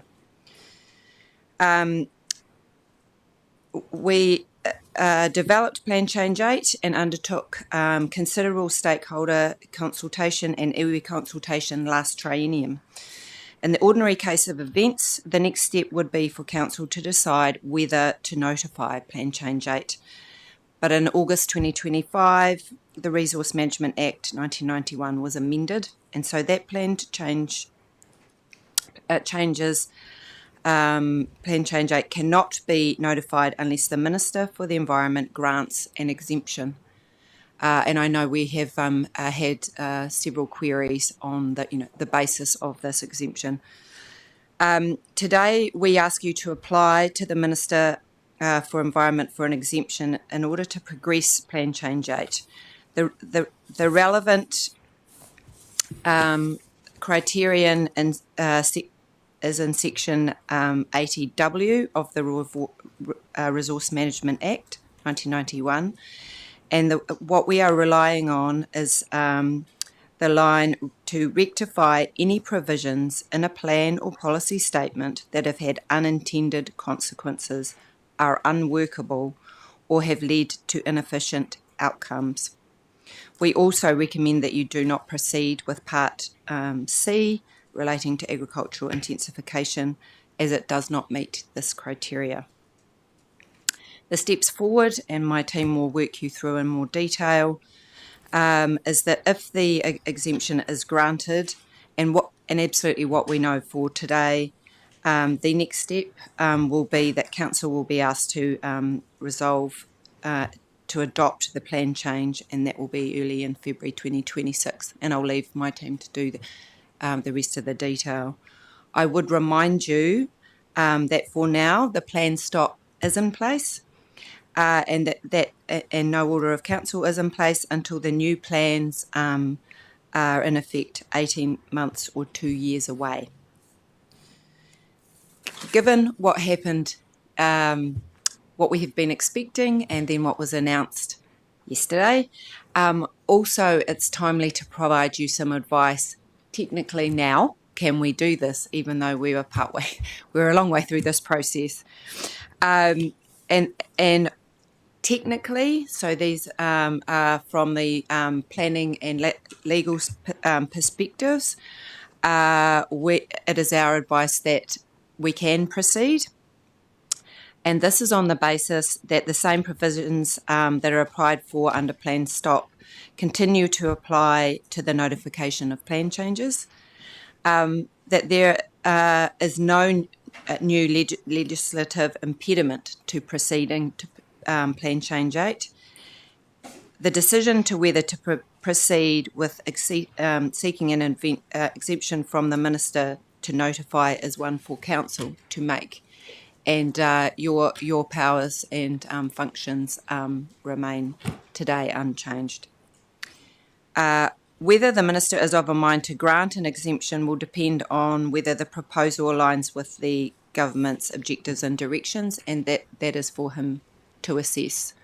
But alongside the criteria we have been provided, Plan Change A and B meet those. I also thought it would be useful strategically to give you some advice as you review what to do next. So you may wish to consider, and of course the ultimate decision is yours, but these are some things for you to consider as we proceed. Given the amount of time of consultation and process through council, there is currently an expectation of you to reduce unintended consequences of the current plan. And throughout our consultation, we have received advice and support both on the economic and environmental benefits of this proposal. There's also an expectation from the Minister and officials that this is coming. So you might want to consider the message you're sending. If it doesn't come, you may be conspicuous by your absence. But again, that is something for you to consider. The window and the ability to make change and amendments, we don't know, but it may reduce over time. But it is open now, so you may want to think about that. Even if this is declined by the Minister, again, this is your opportunity to provide actual, detailed examples of plans that or things that are in place that specifically don't work for your community and your region. And those, from a central government perspective, are gold. Those are actual things. We cannot build a bridge. We cannot do, etc. So I encourage you to take that into account as well. The final thing would say there is a further step. The next step will be for your consideration in February. So as to notify or not. And so if you are not sure, this could be a no regrets decision, because you have another opportunity. In fact, you have many more, but this is you have a very close opportunity in February. Once you and of course we do know more as well. So I offer you that advice. So we do recommend that you approve, but I'll hand over to my experienced team to work through the paper in more detail and obviously respond to your questions. Thank you.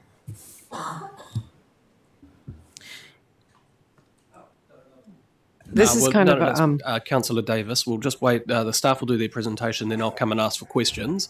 I've got a couple of hands that have all gone up already, so I'm writing you down, and then once the presentation's done, we'll do questions. Kia ora koutou. Just to clarify, Amy, you're 100% correct. This is a no regrets decision. It is simply asking the Minister for an exemption so that you would have the choice to notify or not Plan Change 8.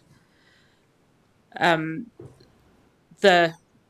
you get to make that decision will be when we've had an answer from the Minister. So I'm sorry, it may not be February, it could be later when you get to make that decision, but we will be able to brief you in February around the pros and cons of projecting positively forward. So I'm just going to run through a bit of a timeline of how Plan Change 8 was developed, and then Zella's going to run through what Plan Change 8 actually involves. Okay, so Plan Change 8 is a result, again, of 2 years of development in the context of this major system change that we're going through at the moment. Plan development began in 2024, and by October 2024, it was ready and actually went through pre-notification consultation under Clause 3 of Schedule 1 of the RMA. So that Clause 3 consultation was with Papatipurunanga, Ministers of the Crown, Territorial authorities, and then a wide range of other interested parties. Following that consultation, and then immediately following that consultation, the first plan stop provisions came into law, and they were stopping any plan change that was intended to give effect to the MPSFM. Councillors were briefed on the outcome of Clause 3 consultation, and they directed staff to go and work with the Ministry for the Environment to understand if there was criteria available under that first plan stop legislation to progress the plan change. That took quite some time, and when we got a positive answer to that question, we came back to Council, who then agreed to proceed to Clause 4 consultation. Clause 4 consultation is a last look at the plan change after we've addressed Clause 3 consultation feedback. It is a last look at it for mana whenua before Council get to make a decision on whether to notify or not.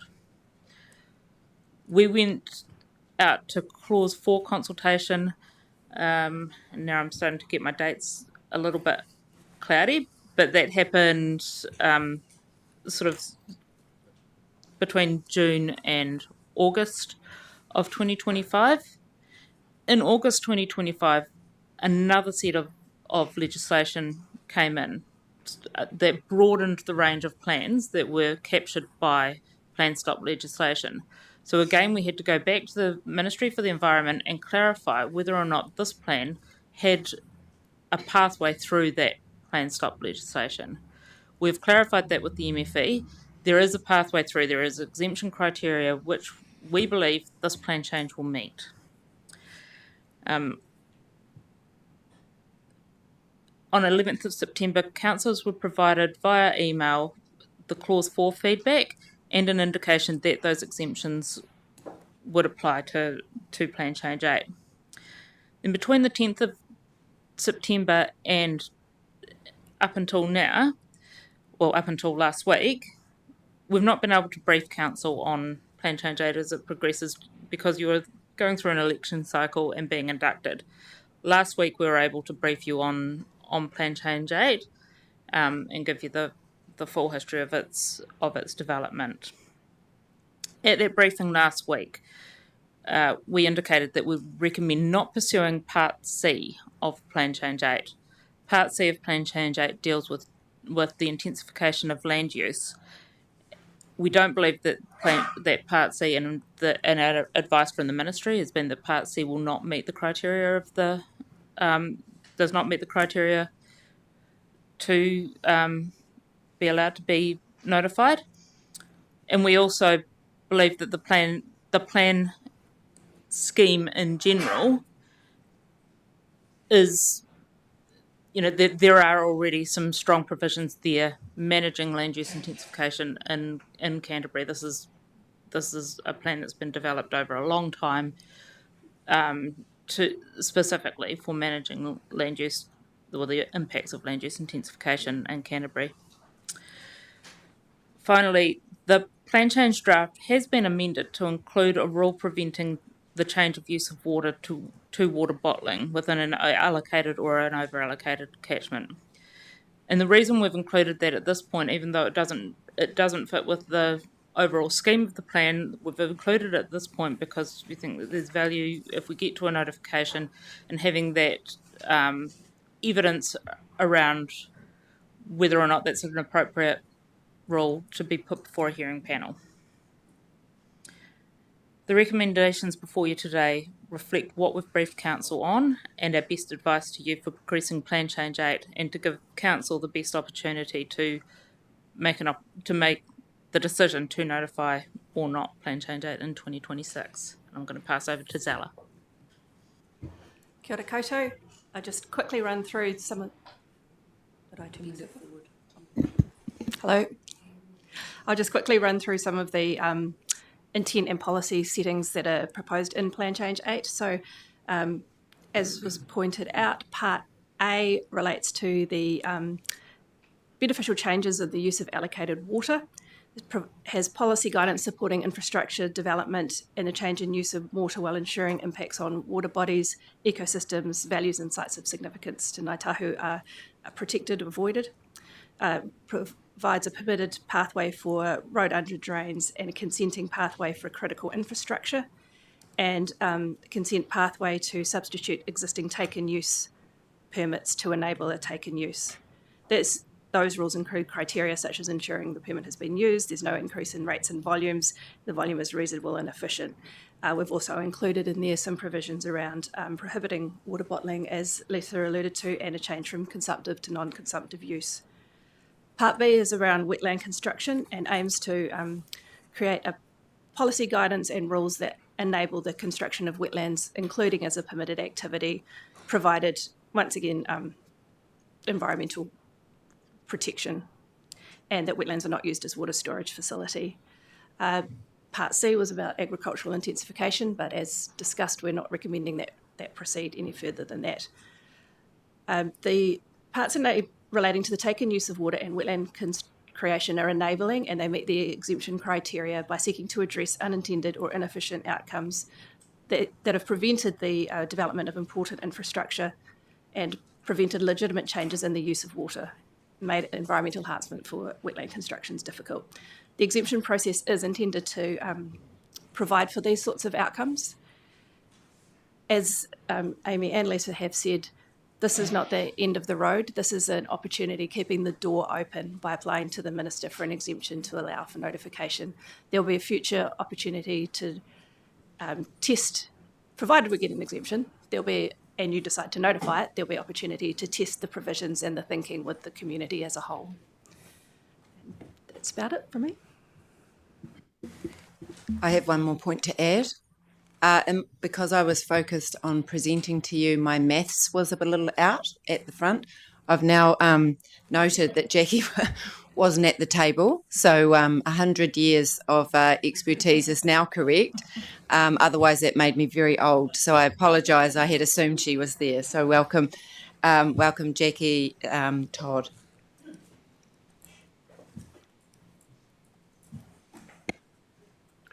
Did you want to say something, Jackie, or? No, thank you. Oh, Just okay. if there's any questions. Okay, we've got questions. I've got a slight list already. I've got you, Ian. So we'll go with Councillor Sunckell first. Thank you, Mr. Chairman. Through you, parts A and B are obvious in my mind. If we retained part C and sent this forward to the Minister, is it a binary decision for her if she disagrees with part C and the whole thing gets thrown out, or does she have the ability to strike through a part C if she does not like it? Yes, that it's not a binary decision. They could choose to progress parts A and B without part C if we sent them all through. I'd just like to note, though, that we have not finished, or we haven't adapted part C for the response from the clause for A feedback, because we could already tell it wouldn't meet exemption criteria, and we didn't want to spend ratepayer money on something that was not probably a flyer. Councillor Davis. Mine is about the infrastructure question, and we have some examples in Christchurch. So the groundwater obviously is coming up, and we know from this Metro Sports thing they were pumping concrete. They hit some problems pumping concrete into groundwater basically, and apparently it came out the Avon. That is my concern, and I'm wondering, when we test these provisions, can we do it with infrastructure in mind in the city? Like, how did that play out, that they were pumping concrete into groundwater? Did ECAN get involved with that?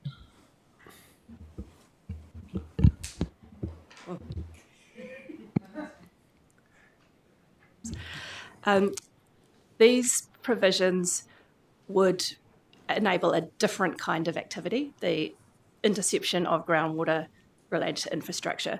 The question of how site remediations undertaken currently would fit under the existing provisions in the Land and Water Regional Plan and conversations with our consenting and compliance areas of council.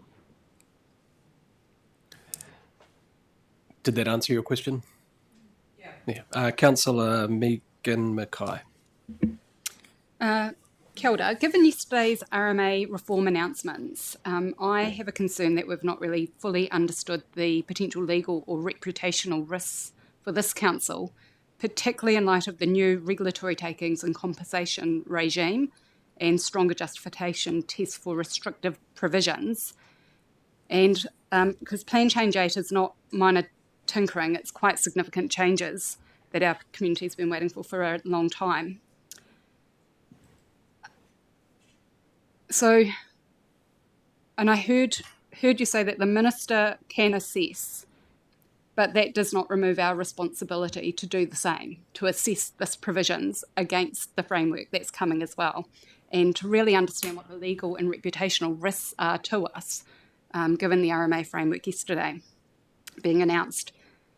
And I hear that we had that briefing last week, but a more considered analysis of that would give new councillors time to gather the information that they need to participate more meaningfully in this decision. So my question is, in that context, how confident are we that the new frameworks do not pose any legal or reputational risk to council if we were to proceed? And would it not be prudent to undertake that analysis now and bring back the decision?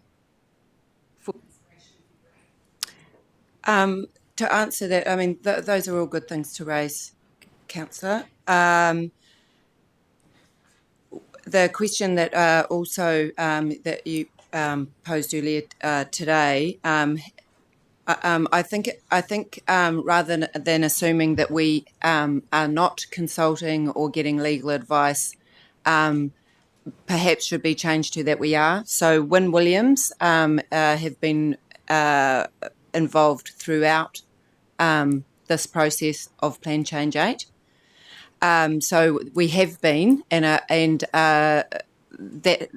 on that basis, up until yesterday, we were confident that in our legal position. Your query around, given what was announced yesterday and our reputational advice and legal advice, as of today, the discussions after the announcements and today, reputationally, I've just provided some advice to say I think the advice that I'm giving is that reputationally it would do damage if we didn't proceed, given that the minister will then have to assess, and also you have another ability to notify or not should he say yes. And that is the advice that we've received from the ministry, for the environment, that it is possible. We received, as Stephanie has noted, over 800 pages of legislation which is not in place and which will need to go through the whatever process it will go through. Some was under urgency and some will go through 3 readings in the House and the Select Committee process before it was then gazetted into law. It is very difficult for us to assess from a legal position the finalised law because we don't have it. It's not in place yet. But the advice that we have received, and I have checked with our in-house counsel this morning, where we stand today, we are at no greater legal risk than we were yesterday on PCA. May I add something there as well? So from a right now specific perspective, the changes to the REM system, the transition period that's discussed within the bills starts 1 month after the bills or the acts gets royal assent. During that time, the RMA continues in force until the transition period ends. That's sometime after 31 December 2027, with the actual date to be determined by the Minister. That's the specified transition date. In terms of the planning process, the Natural Environment Bill defaults to the Planning Bill for preparing and changing plans prepared by the Regional Council. Schedule 11 of the Planning Bill describes changes to the RMA, including those related to Plan Stop, which is where this decision's being made about. It only changes the dates which are specified in the RMA from the specified dates to the specified transition date. Basically, the same exemption provisions apply, just with a different plan stop date. In terms of the next steps for council, that means we can go ahead and we will be operating under the RMA and our current Land and Water Regional Plan for at least until December 2027. So there is going to be a time where we come to you, provided we get an exemption, and talk to you about notification, and we'll make a decision about whether it's worthwhile taking that next step or not, given the time to progress a planning process versus the time for the new system to be enacted. And further to that, just as a reminder, the legislation that landed, that was made public yesterday, unless it's under urgency, the portion which was under urgency, that goes through 2 stages in the House under pressure. So as anything under urgency is more likely to end up closer to what was originally tabled. Legislation that goes through the House, as I said, with 3 readings and a select committee process, is often amended, and at times, for various reasons, things can be added often before the final reading. So I'm just explaining the process. In terms of central government, there is quite a lot of water, pardon the pun, water under the bridge until what is exactly in that piece of legislation.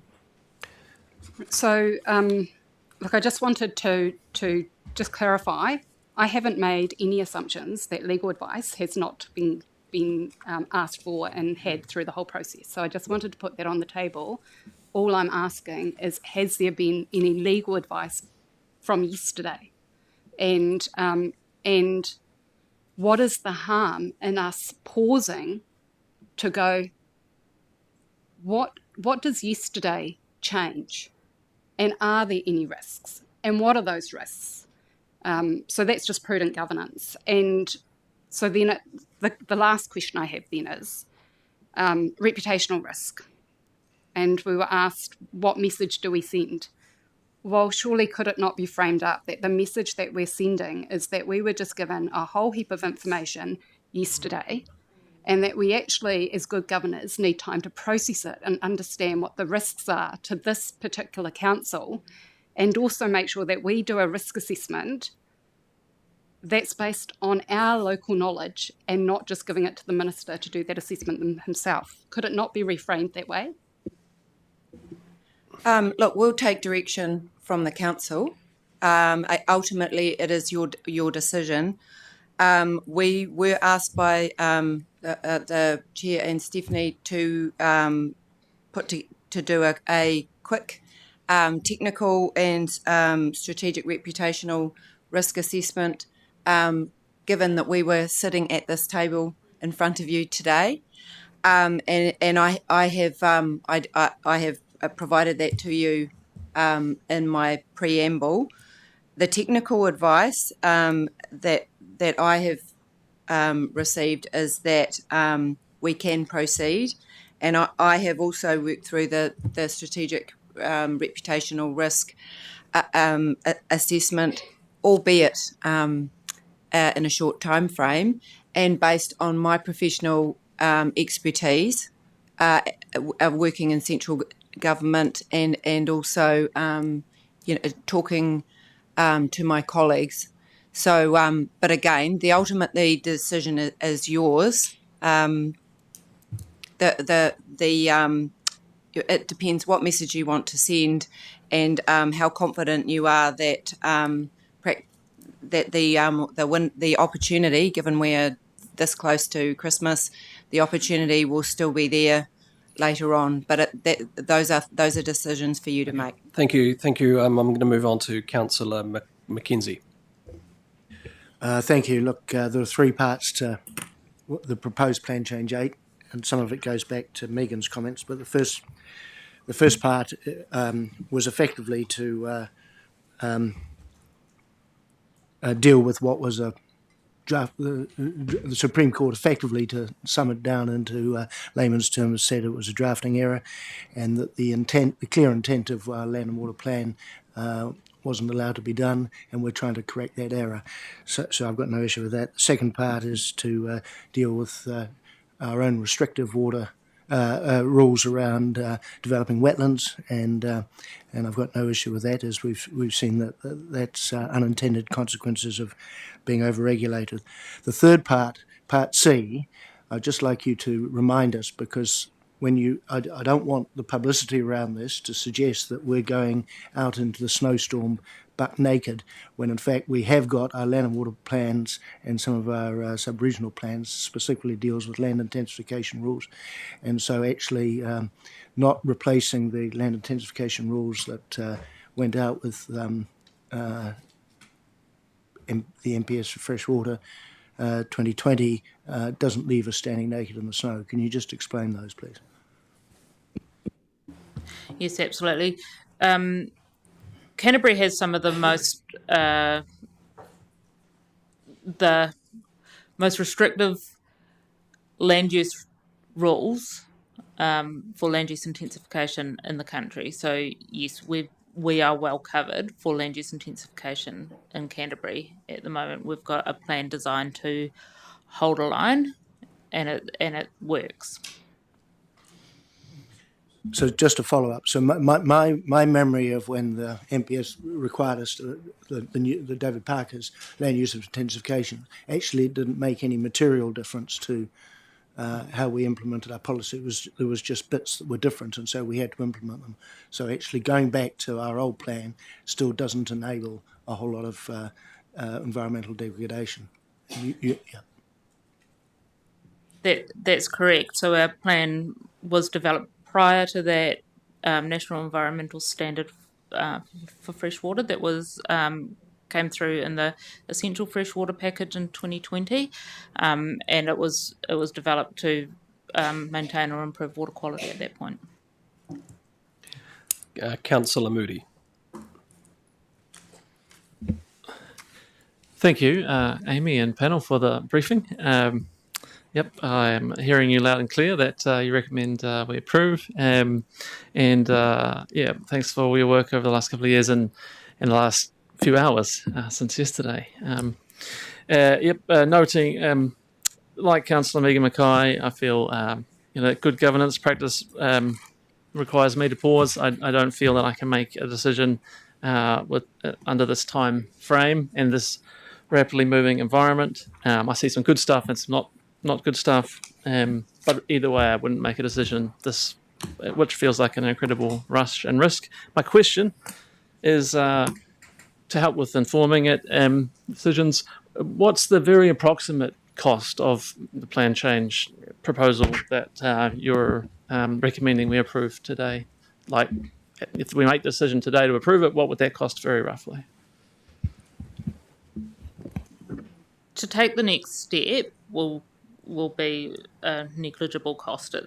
We make an application, there's no cost associated with that other than some staff time. The financial implications will happen at the next decision point, which is whether or not we notify it. And then once we notify it, I guess we've got costs of currently budgeted around $400,000 to get the hearing process started. And then depending on the size and scale of the hearing, that cost will increase from there. Can you give me anything like a minimum to maximum range of what these things cost? $1 million, 10 million, $500,000? It's kind of like saying how long is this piece of string, or how long would the piece of string be? We really don't know until we know how many submissions we've got, how long the hearing is going to take, what the appeals are. You know, when we started on this process, we budgeted $1.5 million for the whole plan change. So. Okay, thank you for the ballpark, and I appreciate it. How long is a piece of string, but anything's helpful. Yep. Councillor McKay, clear. Thank you very much. Look, I just want to acknowledge that time and effort that staff have put in getting it to this stage, and I'm patently aware that there is another decision point around the notification, and this is one step in the process to get us there. We're not seeing that this exemption opportunity is going to be changed or taken away from us from the announcements that have been made. There was a little bit of a discussion, obviously, between you, Lisa, and Amy around the time frame for our MFE decision. I think that it's quite, it would be pertinent for us to progress this at least up to the minute for a decision, because in that time frame, and I think it's probably going to be longer than the positive direction that Amy was thinking, but there will be possibly a little bit more clarity in what the risks we would expect the staff to be assessing against. Because at the moment, in my view, to pause this and ask for that more detailed risk review and legal oversight, or whatever we want to call it, we really don't have any detail of the implications. So I think that it just seems to be that at least we get a little bit further along the continuum, so to speak. It still gives us an option to certainly request the risk aspects or to understand the implications, which I think is the good governance that Councillor Megen McKay is referring, and it's what I would also want to see. But we do have that big opportunity around the notification decisions, so I'd be liking to see. So around that time frame, yes, the question is there. Around that time frame, realistically, Lisa, you're thinking a few more months. Would you like to just put a sort of time frame on that? We've heard that it's slowed down recently, but then some of the plans that have gone through an exemption process in the last few months, we're sort of taking around, what was it, about 3 months? Yeah. Again, it's how long does the ministry take to react? They're quite busy at the moment too, I suspect. But yeah, I'd really like to. I think we can be optimistic that we'd have something back within 6 months. Okay, so we've got we're gonna break for lunch very shortly, but I'm gonna go for Councillor Campbell. You ask your question, and then after lunch we're going to go straight into Councillor Gerard and then Councillor Scott, and continue this on because. Can I just add a point? So the last thing that Lisa said, well, it could be within 6 months. There's a lot of things going on here at the moment, and also it's quite useful if it's just before Christmas. Ministers' offices clear the decks. They bring out the dead, find out all the pieces of paper that haven't been actioned over that time. And so that is a possibility that they might, that things can actually be resurrected. They're always keen to have ministers to have a clean plate to start the year.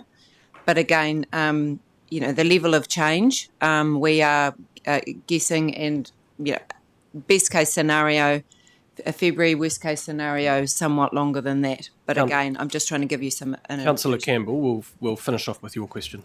Okay, so my question is, assuming all the yeses, if we decide to send it for exemption, if the minister says yes, if we agree to notify, at that point of notifying in the hearings, are we locked in to more or less the same as what we've sent to the minister, or are we able to make significant and meaningful change at that point?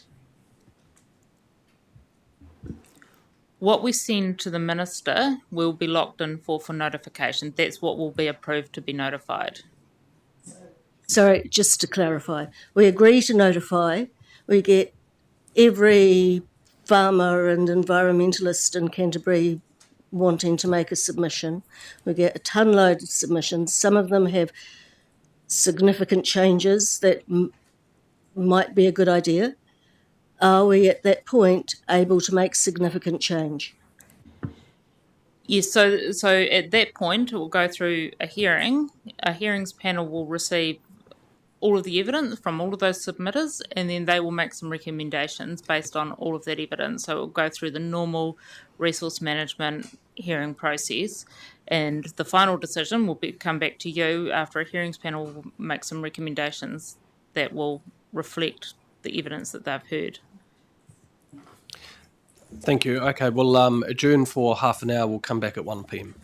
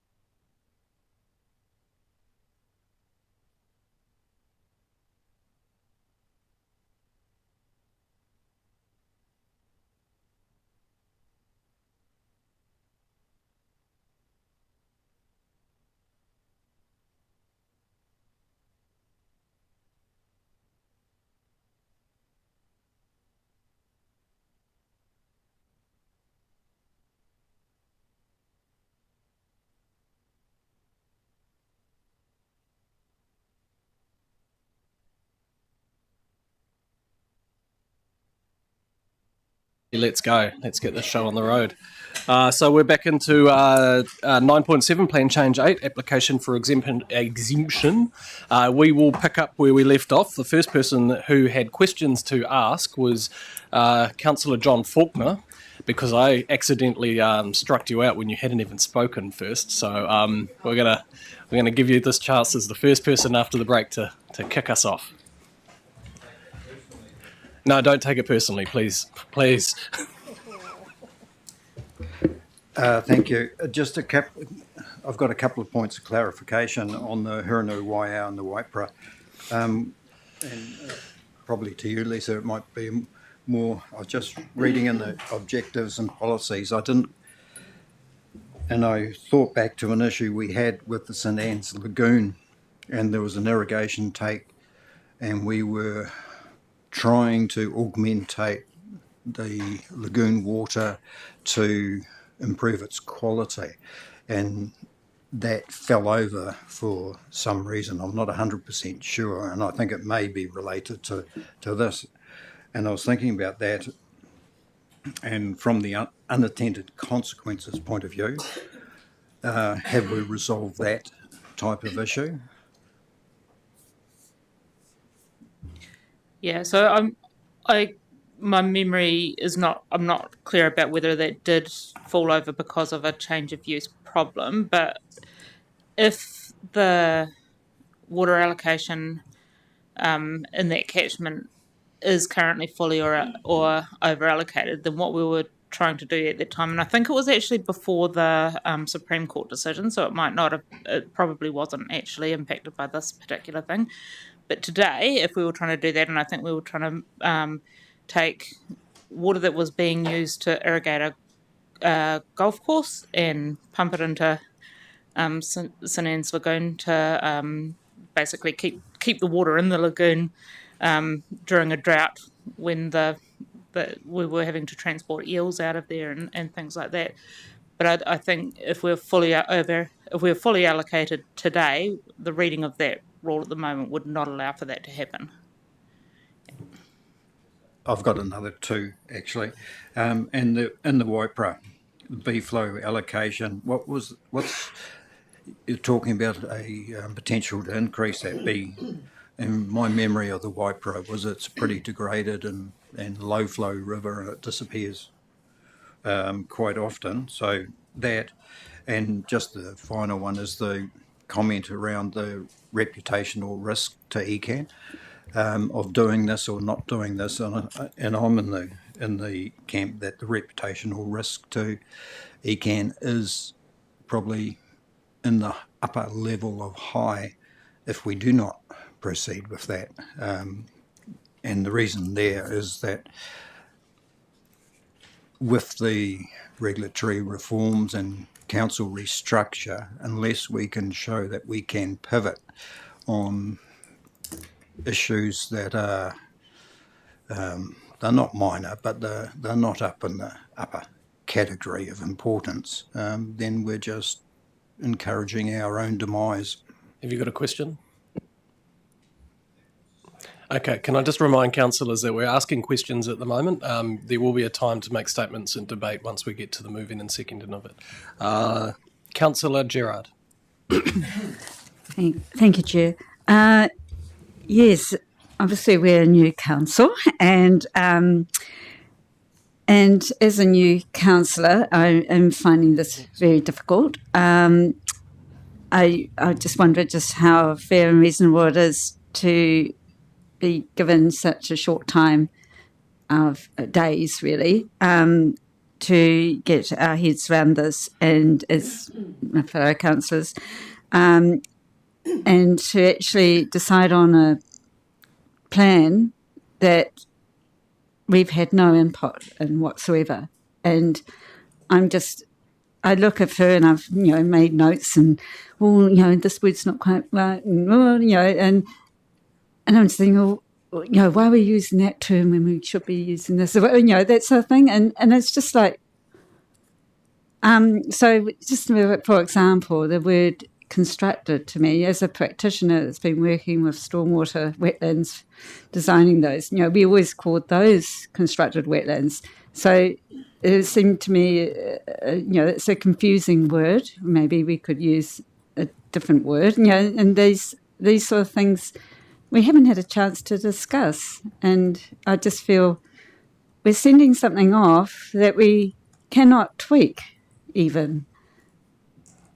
And I just sort of feel, okay, we send it off, the minister dictates which way, we're to act, and then we come back and straight into a consultation, and I just can't see where we can actually have any input, and yet we're the decision makers on this thing.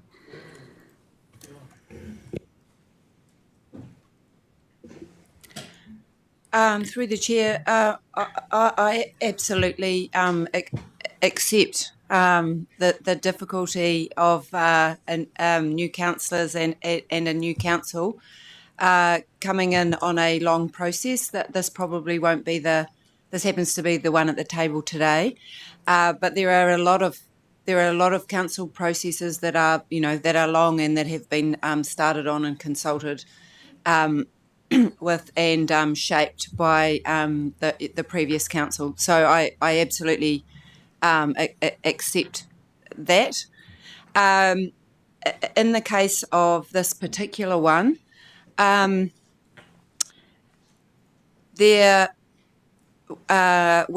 have pushed very hard to ensure that you are well inducted and that you have all the information that you need in general.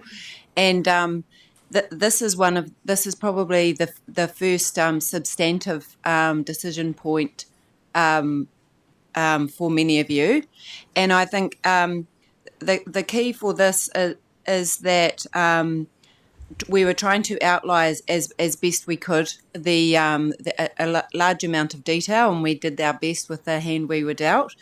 What I was also trying to say is that in terms of what goes to the minister to say yay or nay, should we proceed or not,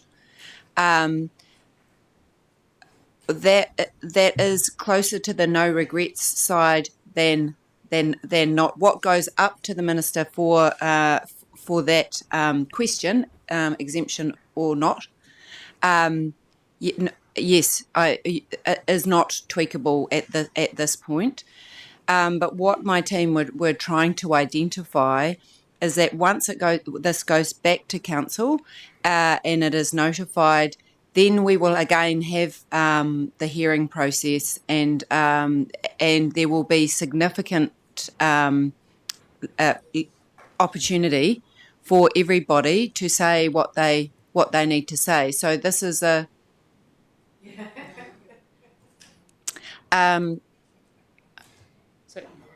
Your role would be a decision maker. Your role would be a decision maker, and I guess your choice then would be to accept or not accept the recommendations of the hearings panel, who will have heard all of the evidence for and against. So in terms of the level of input, there's a significant amount of evidence and consultation that has already occurred up to this point. So at some stage, I think the issues that have been raised, again, that is where the process has got to. So what I'm saying in a very long way is that I accept that it's a difficult position, and it will be for other councillors that are new, and some of them may or may not, who are new, may have been part of the consultation process or put their views forward before then, and certainly a lot of your constituents would absolutely have done that. So that will be that is the matter before the council, but I absolutely accept your point. Can I just ask a question based on that?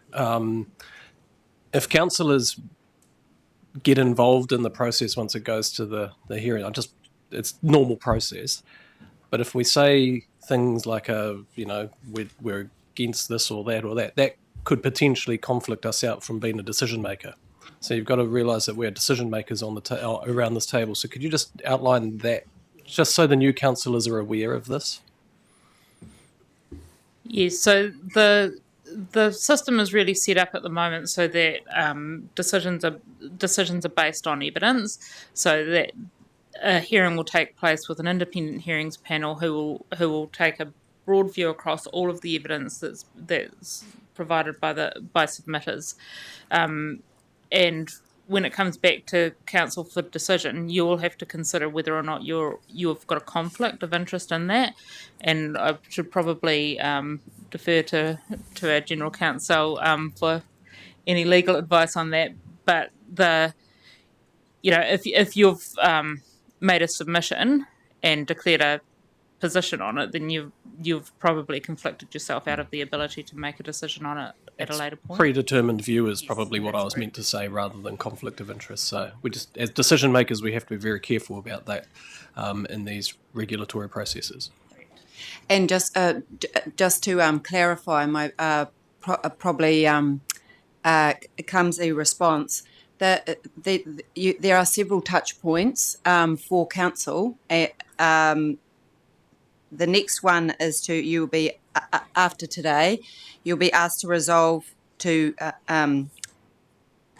whether we're going to notify, and then the next after all the hearings and after the independent panel will make recommendations to the council, and then you make a substantive decision to adopt, reject, propose alternatives, etc. So there. In terms of this, I was trying to say, as the decision maker, there are still more touch points for you. But no tweaking. Okay, so Councillor Robinson, question? Thank you. Just a question of, process and since the 3 and 4A consultation. My feeling is because I've read every single piece of it, and I don't feel like this this new draft reflects a lot of the concerns, especially from mana whenua. So, I mean, I've sort of summarised it, and there's some clear key themes that have not been addressed or put forward as options. So my concern is under the Local Government Act, it requests of staff to give all practicable options put forward to us, and I don't feel they're all here. So my concern and the themes from Runanga, right from Clause 3 to 4A, includes the change of use and transfer rules, that there should not be a consent pathway. And so the same applies to most NGOs. It applies to some territorial authorities. It also applies, there's a core objection to the Part A put forward of change of use. And that's my main concern, is that we have not included those objections or real clear concerns of mana whenua, our partners and others. So are we 100% clear and confident that this is part of this? That this is part of what's in front of us today? The full analysis of the options is in the Section 32 report, which looks at the effectiveness and efficiency of all the options. We haven't provided that for you today because that's not something that the Ministry wants as part of the exemption applications. I believe that we should get that. Because how do we assess? We've got changed. Is there a question? Yeah, the question is, are we able to view that? Thank you. And I would expect it to be part of the bundle going forward. You will be able to view it probably by Monday when it is finalised. We can't finalise it until we have a direction from you from some of these resolutions, particularly around Part C. But again, as I pointed out, it's not something that the Minister Ministry particularly wants or requires for the exemption application. Yes, question. That's the cart before the horse. So we're actually making a determination based on something that we haven't assessed the risks of yet. We have, so in drafting the plan change, we've had some clear direction from Council to resolve the unintended and unworkable provisions within the plan framework. We have drafted to meet that expectation. We've also, in drafting and coming back to Council for numerous briefings, considered the advice that's come back through consultation, and we've briefed Council on that. We briefed Council in June and again last week, including around the information that came through from consultation. We've made changes in response to that consultation. That's why the water bottling prohibition is now in the plan change. That's why the water storage not being able to use a wetland for water storage has been clarified within the plan change, and there's a number of other provisions. But we will always have submissions that come in on both sides of the debate, and the purpose of this plan change is to resolve those unworkable provisions within the plan. That is what's been drafted, and that's what we are proposing to take forward to the Minister for an exemption. You will then have another opportunity to notify or not. So all of that Section 32 and all of those reports will be there for when we actually make the decision about whether we go to notify. Absolutely. Yeah, absolutely. And I think, this is another process step. As Zella has said, once we have a direction to go forward with the plan or not, that information will be up on the website. I would say that as governors, you have 900 staff, and their jobs are to act on your behalf. So this team has looked at all of ran that process and have made those assessments. I understand that everyone wants to do their own, and we will provide that information to you if this issue is still live. If you decide not to put forward an exemption, then the matter stops. Will stop then. Is there any other questions of councillors at this point? Councillor Megen McKay. Sorry, I just wanted to follow up on that just so I can understand. Normally, the Section 32A assessment is done before you put forward the notified plan, and we've also just heard that what goes to the Minister is what will be notified. So doing the 32AA analysis between today and notification, we won't have any opportunity to reflect on that and make the changes post 32AA, or have I misunderstood it? Section 32 assessment is actually an ongoing assessment that continues all the way through the hearing. So it starts at sort of where we're at now with the optioneering stage, and getting to a draft. We've considered everything. A report gets published at notification time that's an overview of all of that assessment, and that's all a Section 32 is an overview of the assessment that's been made, and then through the hearing that assessment continues to be made, and that overview continues to be documented in the Section 32AA. It's really helpful. That tells me that it's been done. Okay, thank you. Excellent, thank you. Good to hear. Councillor Scott. Okay, so there's no more questions. What we're going to do is bring up the resolutions on the screen. And I've got a mover for all of the resolutions.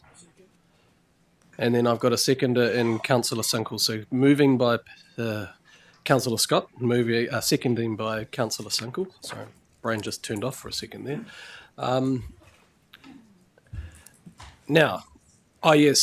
Staff, thank you so much for the answering those questions and taking the time to answer them. Is there any debate? Okay, so I need to take hands. So I've got Councillor Cranwell, or Deputy Chair Cranwell. First of all, do the mover and seconder want to say? Oh, yes, I've got... Peter, do you want to start the debate? Yeah, thank you. Look, whatever outcome we receive from Plan Change 8 that we send to the Minister or however else, it'll need a plan change. We'll need a plan change so that we can go forward with that. We have a problem. We've identified a problem. We've had mayors in here complaining to us that they couldn't get some of their works done. We've had other people complaining that it is holding up development. We have a solution that's been provided us by the 100 years of advice that we have. And Amy's eloquently like the other 900 people in the building. And we have a process for that to go forward.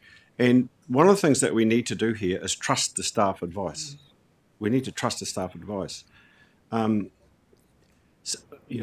really clear that we need to send this to the Minister, go through that notification process, the consultation process, and the hearing panels agreement. We can then say yes and no for our decision.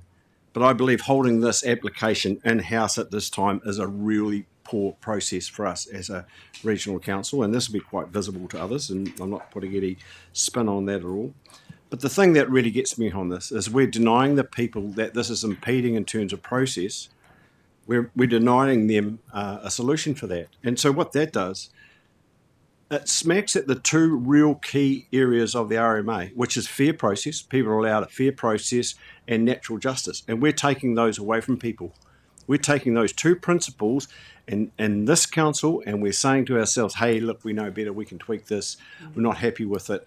Now, I understand, I really do, Ashley, in terms of your concerns about this. You need time to absorb all this and do it. But essentially what the staff have been saying to us is correct. There's a lot of touch points here. There's a lot of opportunity here. With all our plan changes, our land and water plan, our sub-regional plans that I was part of, wasn't the land and water plan, but sub-regional plans, the councillors only made the final decision. Do we accept those? The communities actually made the decision. So this is about trusting communities to make the right decision through the consultation process. And I think that we need to think carefully about that, because what we're doing is if we take that natural justice off those people that it's impeding, then we need to consider why we're doing that. Mr. Seconder, Councillor Sunckell, do you want to? I'll reserve the right to the end. Okay. Councillor Cromwell. Kia ora tātou. I'd like to move that we lie this on the table. I'll just see have a seconder. Yep. So you move in an amendment to lay this on the table. Can we just take a few? Oh, you've got it already. Whew. This council's efficient.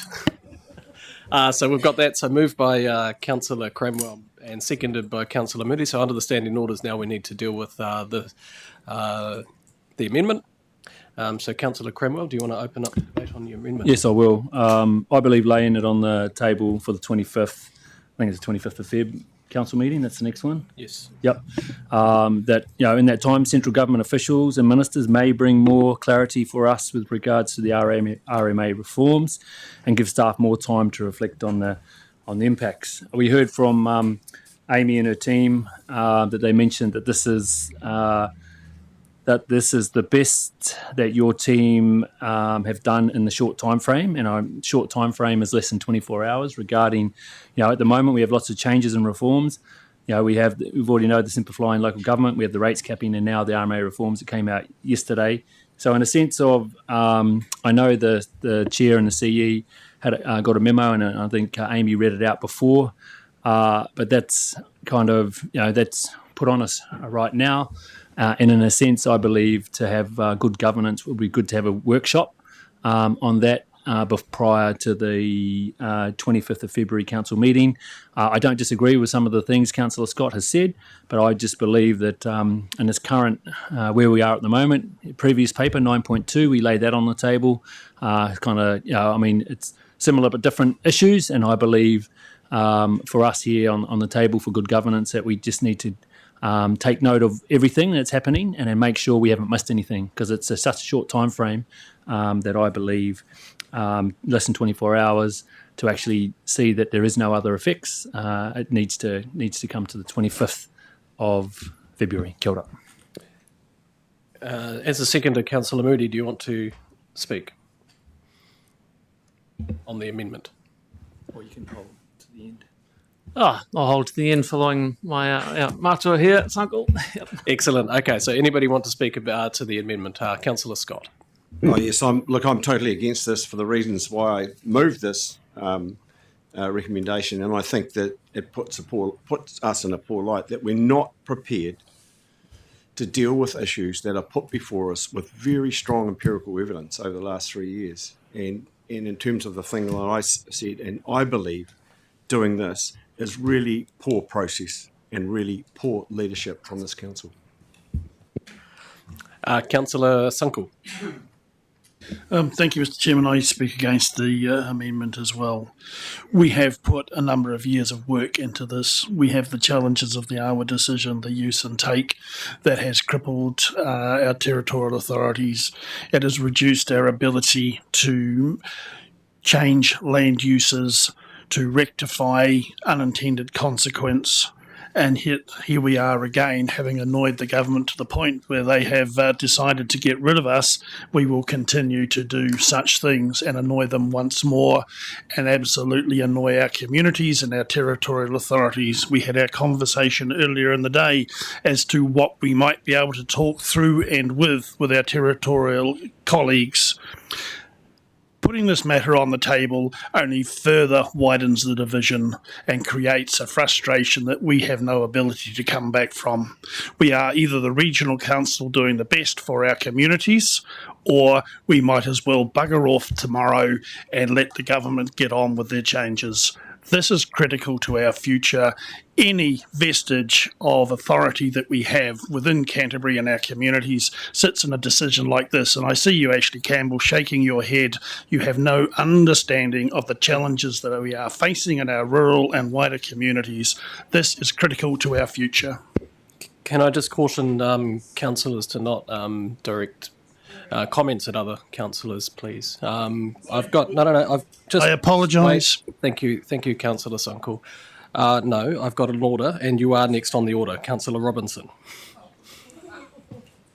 That's hilarious. I'm in support of this. The comments sort of talked about today are no regrets, simple request. This was always about actually infrastructure, but it's moved on from that. It's become this inflamed situation where it's fundamentally shifting a regulation, and it's a change in our land and water regional plan that is not a minor fix. It shifts Canterbury's water management settings from a protective to flexible and starts to enable national economic policy priorities. It's not targeted solely to address infrastructure, which is the intention of it. And only those with consents in over or fully allocated catchments benefit. The industry benefits, the environment loses, and the public will perceive ECAN, once again, to be blindsided by water users over communities and ecosystem health. Because I'm actually going to carry on here, groundwater declines and rising nitrate concentrations are reaching crisis levels via our own monitoring reports. Changing use always increases net abstraction or net nutrient load, even if the rate of take remains the same. Part A, the change of use, does not address these ecological constraints. Part A is also not environmentally neutral. Industrial takes often require continuous high reliability, and dairy conversions or expansions increase cumulative loads. Plan Change 8 ultimately allows a switch from irrigation to industrial.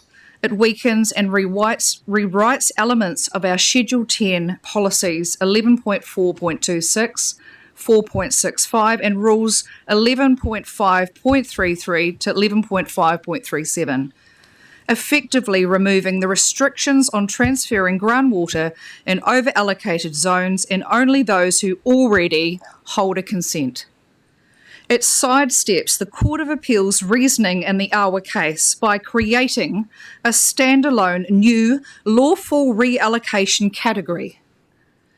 It does not correct and does not follow feedback of Clause 3 and 4A, and in the current climate where Sections 107 and 70 have been modified or removed from our RM, prioritising productivity and the uncertainty of where our own consenting and or our own levels of compliance abilities lie in the future. 40 to 50% of our water takes lack up-to-date telemetry or volume reporting. There is no community benefit here. So that's my stance, and I believe that this movement here is the best option at the moment. Thank you. Councillor Mackenzie. My opinion is somewhat diametrically opposed to the last one stated. This isn't a shift in policy. This is actually going back to the specified intended policy that was written in the Land and Water Plan, and a drafting error has caused the problem in the first place. And if you don't believe me, ECAN interpreted the plan the way it was intended for 10 years before the court cases, and it went through several iterations of appeal before the Supreme Court eventually agreed that the intended policy was clear, but the wording in the Land and Water Plan was incorrect, and they were going to punish us accordingly. That's the layman's term for the interpretation of the court ruling. This is bad governance, not to forward PC8 on up to the minister. And actually, John is right. This is why the government is getting rid of regional councils, because of these sorts of bad decisions. Voting to delay this is not a vote in favour of the environment. In fact, it's exactly the opposite. And I'll talk of two specific examples. One is in the first part of this PC8, we talk about taking use. And if you look at the Fetton railhead, that cost the consent applicants to do the development something in excess of $250,000. No environmental gain, but purely because they couldn't dewater a dig out under a railway line. That Fetton railhead puts 80 I think it takes 80 trucks a day off the road and puts them on rail to Littleton. That's a clear gain to the environment. We need to make sure that we can enable those processes in the future. And the second part of the PC8 is we know our wetland provisions are hampering environmental gain, and the intent of PC8 is to actually enable that stuff. And we know damn well that we need to enable the development of wetlands for our environment. So voting to delay doing anything with PC8 is a vote against the environment, and people should understand that. And the people of Canterbury will understand that, and this is just low-level politics that's trying to delay this. Okay, so Councillor Megen McKay. Kia ora. I support the amended resolution, and I do not support seeking ministerial exemption for Plan Change 8 in its current form. There are no more touch points on the substantive parts of the provisions. This is it. Whatever goes forward to the minister will become the notified version, and that is the legal starting point for submissions, hearing and future decisions. Commissioners are also constrained to the submissions that are put forward. And then as councillors, we then have an opportunity to decide to accept or reject. But we do that where we haven't been part of the hearings, we don't have any of the evidence, and it's extremely rare to reject a panel's recommendation after they have been through that public process. And so for me, this has been a really hard call to make, because as somebody who's been working in the planning system, I've been faced with applying a broken land and water regional plan. And I do recognise that there is a real issue here that needs to be fixed. But I worked my way through all of the submissions over the weekend. I read all of the feedback. And what really stood out to me is that there is no consensus. I don't feel confident that this package is good enough to put forward for a notified plan. When I saw the submissions, I saw a really clear story that Runanga do not support this. Environmental submitters want it stronger. urban and infrastructure and primary sector want it to be more enabling, and it's deeply contested. It's deeply contested here, so this is not a settled technical tidy-up. That's right for an exemption pathway at this time in this frame. So what I saw throughout the feedback was substantive concerns around each of the 5 areas, which I won't get into because I don't think that's necessary. We're just talking about the exemption. But in making my decision, I've layered over top of that yesterday's RMA reform announcements. And I'm not confident that that we've done a good enough assessment, because we haven't, and I don't expect it. It only landed yesterday. It's completely unfair and unreasonable for any of us to have done an assessment, particularly around the compensation framework that might apply, that we might have to pay landowners if our regulations are actually too restrictive. So before locking in this version for an exemption, I think it's really prudent to pause and obtain that advice and work that through at the February meeting or beforehand through a wānanga. And I just want to be really clear that I am not saying that Plan Change 8 should never proceed. I do agree that there's real issues that need to be fixed, particularly around the substitution and the infrastructure. I'm just saying it is premature right now at this time, and instead I'm asking that we actually slow down and take an approach that fixes the problems that PC8 was aimed at, and do that in a way that actually considers the RMA framework yesterday, and give the new councillors some time to actually catch up with the rest of everybody else who's been around this for the last few years. Kia ora. Well, we've had 3 for and 3 against, but I've got 2 further councillors who want to speak on this, and then we'll. I haven't got you, sorry, Sarah, but I've got Councillor Campbell and Councillor Faulkner, and then I need to take it back to the seconder and the mover, and then we'll put the motion. But there is another opportunity, if depending on what happens with this motion. So, Councillor Campbell. I will address first specifically this motion, and also the messages that have been directed towards me by 2 gentlemen in this room today, that basically I don't know what I'm doing and I don't care about our communities. I do know what I'm doing. I'm making sure that I'm comfortable with the decision I make. And I may need more information than you to be comfortable with that decision. I don't have all the information you have at the moment. I haven't absorbed it all. And so therefore I feel very uncomfortable. I also do know my community, and my community is one of the ones that was first impacted by this decision. I know the environmental implications of staying. I am fully aware of them, and I take that into consideration. When I first started thinking about this in the context of this council, after the briefing last Wednesday, I thought, actually, this all seems pretty reasonable. The concerns about why there hadn't been more detailed briefings, especially for new councillors, and why the rush, were actually raised with me, and I thought they were good enough points, but I was still on the positive side of neutral. Not spectacularly positive, but yeah, okay. Over the weekend, I read and reread the draft change we received on Friday, making lots and lots of notes on it. And some of those notes, just to give you an idea of where my brain was going, with such things as, why would we be consenting additional take in an over-allocated zone? And this is good. I'd prefer a 20% clawback, but this is good.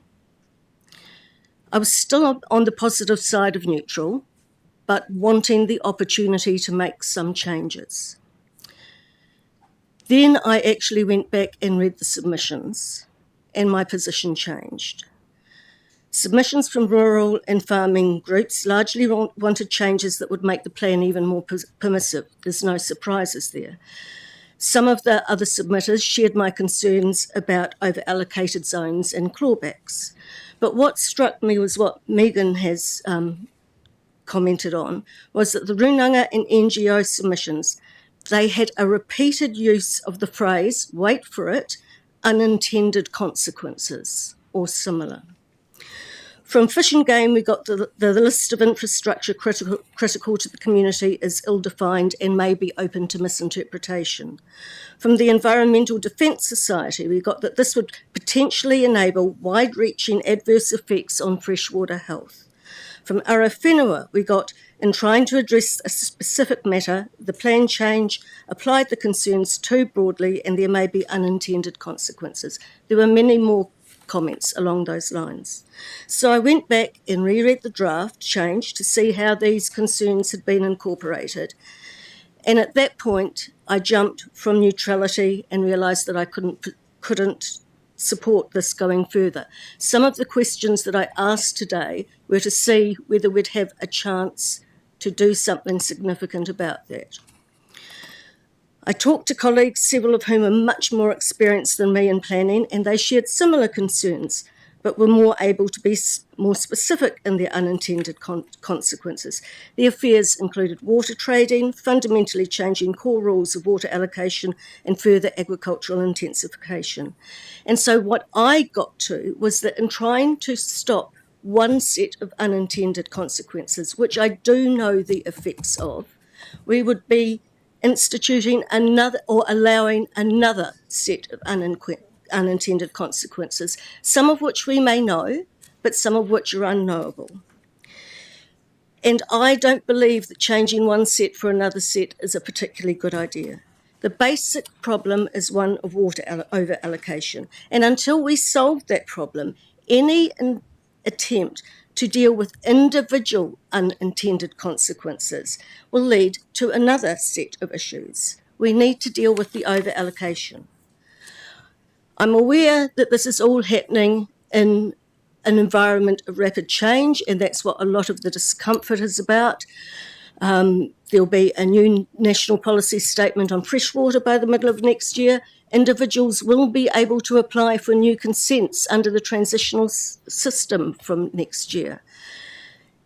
Also, given all that is coming at us in terms of local government and RMA reform, and the amount of time that this is going to take from us and from staff, I don't see that trying to sort out this set of unintended consequences and creating another set when it's all going to change eventually anyway is a particularly good use of time. I am prepared, if this lies on the table, to be convinced otherwise, but I'm not prepared to support it now. Thank you, Councillor Campbell. Councillor Faulkner, and then we'll come back to the second remover. Thank you. Just listening to this, it reminded me of the 10% rule in the Huronui. That process took 2 to 3 years to resolve, and there was a high level of anxiety in regards to the unintended consequences of making dryland farming a permitted activity. Our committee had an initial assessment that yes, it should be a permitted activity. However, a lot of the concerns were coming from non-farming areas that if we went down that road, there would be serious environmental negative ramifications. 2, 3 years, a drawn-out process, a lot of science, a lot of conversations, we rounded back to the same position. And from what I can see, the unintended consequences that are being resolved here are more identifiable and more quantifiable. And I'm not in support of this motion because of those reasons. But I'll also give you an indication of what's happening in the Huronui with Amiri irrigation. They've got 170 hectares identified where they want to create wetlands to improve environmental outcomes. So those 170 hectares are waiting for a solution to expedite that. And if that can happen, there'll be more than 170 hectares. So that 170 hectares is coming out of high quality land. So for those reasons, I am comfortable with Plan Change 8. Councillor Moody. No, Councillor Cranwell will be the last. Deputy Chair Cranwell will be the last. You're the second to last. Okay, thank you then. I'll keep it brief. I think we've heard from folks a lot more across this topic than me. A lot of good points made around the room, and I'll briefly summarise what I've heard and then hand over to Councillor Cranwell. So I've heard concerns that, we're a decision-making panel. That's our job. We need to get on with decisions and make them. We never have perfect information, and I understand and support that sentiment. I've heard that, we want to get a Plan Change 8 proposal in front of the Minister and show that we're doing our job at the regional council level and that we can move things forward and address issues, which I'm supportive of that concept. I'm very supportive of enabling critical infrastructure like bridges and so on, which intercepts groundwater. The principle, of course, it's critical. We need it. It's a no-brainer for me. So I want to get to a point where I can support an application for exemption, but I need more than a week to make good governance decisions for the reasons that we've heard outlined by some very good speakers. And so that's why I'm saying supporting the suggestion to just lay this on the table until the 25th of February so that our staff have time, more than a matter of hours, to consider the news that came out yesterday, incorporate that into the proposal, and get to a place where we're all roughly on board with this. You heard me talk in my speech about the importance of coming together for the good of the region. I want to get to that point. I'm not there today. We just need more than a few hours. Thank you. Deputy Chair Cranwell. Kia ora tātou. We've heard that by laying it on the table, we're voting against it. I don't believe that is the case. I believe what you've already heard in regards to with all the reforms going on and less than 24 hours to actually consider what has been put on the table by this current government in regards to RMA reforms and how it affects some of the mahi that we do. I believe that is good governance, that if we can have a workshop prior to the 25th of February to actually have staff come back and actually have a bit of a dive on this to make sure that we are covering all the issues and making sure we aren't putting something up for exemption that comes back and is not, as we say, ticker. So on that note, I'll be, I move this motion and I'll stand by it. Kia ora. All right, we'll put the motion. All those in favour of the amendment, which you see on the screen, please say aye. Aye. All those against? Oh, okay. Division's been called. We'll have to take it. Is that right, Grant?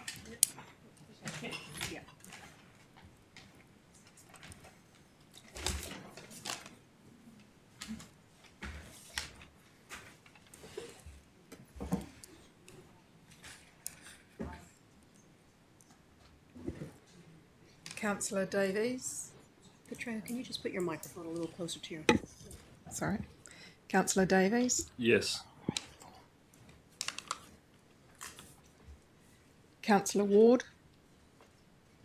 No.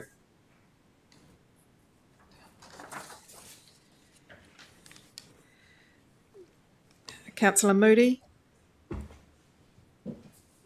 Yes. Yes.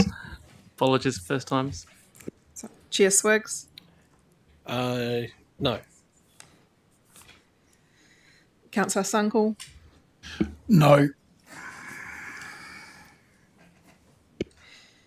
Councillor Mackenzie. No. Councillor McKay. Yes. Councillor Campbell. Yes. Councillor Robinson. Yes.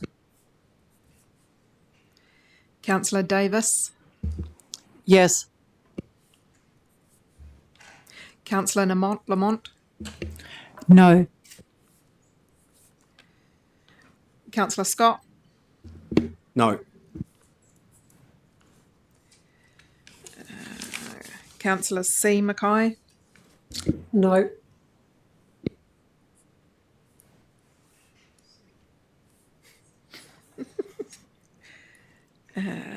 Councillor Faulkner. No. Councillor Cranwell. Aye. And Councillor Gerard.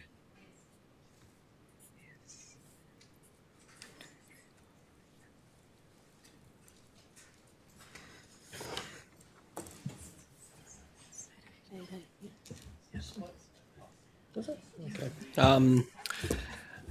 So that is an 8-8 situation. So that means the lost, isn't it? Yeah. The amendment is lost, it loses because it doesn't have a majority. So we'll move now to the substantial, which is the original motion that Councillor Scott and Councillor Sunckell moved and seconded. I'll just check with Councillor Scott and Sunckell, they're still happy with that. Yep. Okay, so we'll go back into the debate for this particular item. Given that we've already had the debate mainly on the amendment, can we just put this motion? I'll start again. All those in favour, please say aye of the substantive motion. Division has been called. We'll do a division again. So we're now moving to the substantive motion, which is the one that was in the agenda.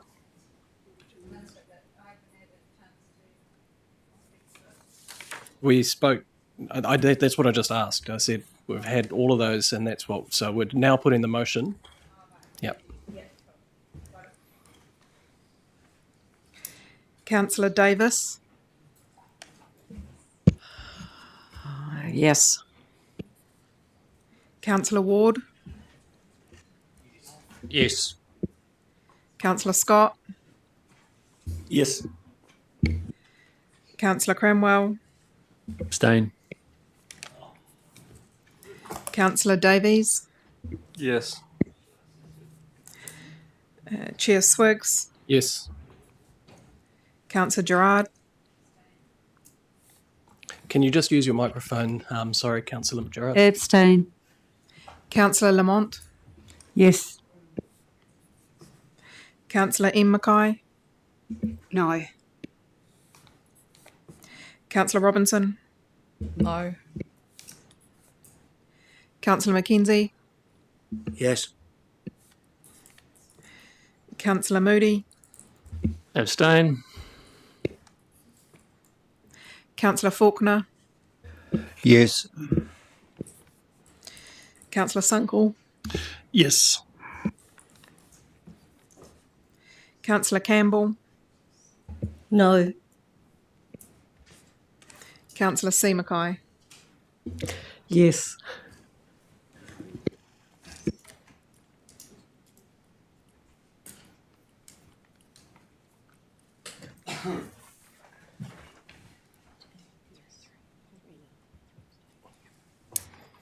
Right.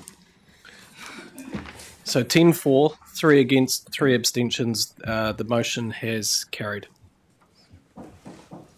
Okay, now we'll move straight on to item 10, point 1, which is Resolution Status Report, December 2025. Thank you, staff, for your efforts on that. We've got David Perenara O'Connell, Director of the OCEC, and Te Tiriti Partnerships is going to introduce this report.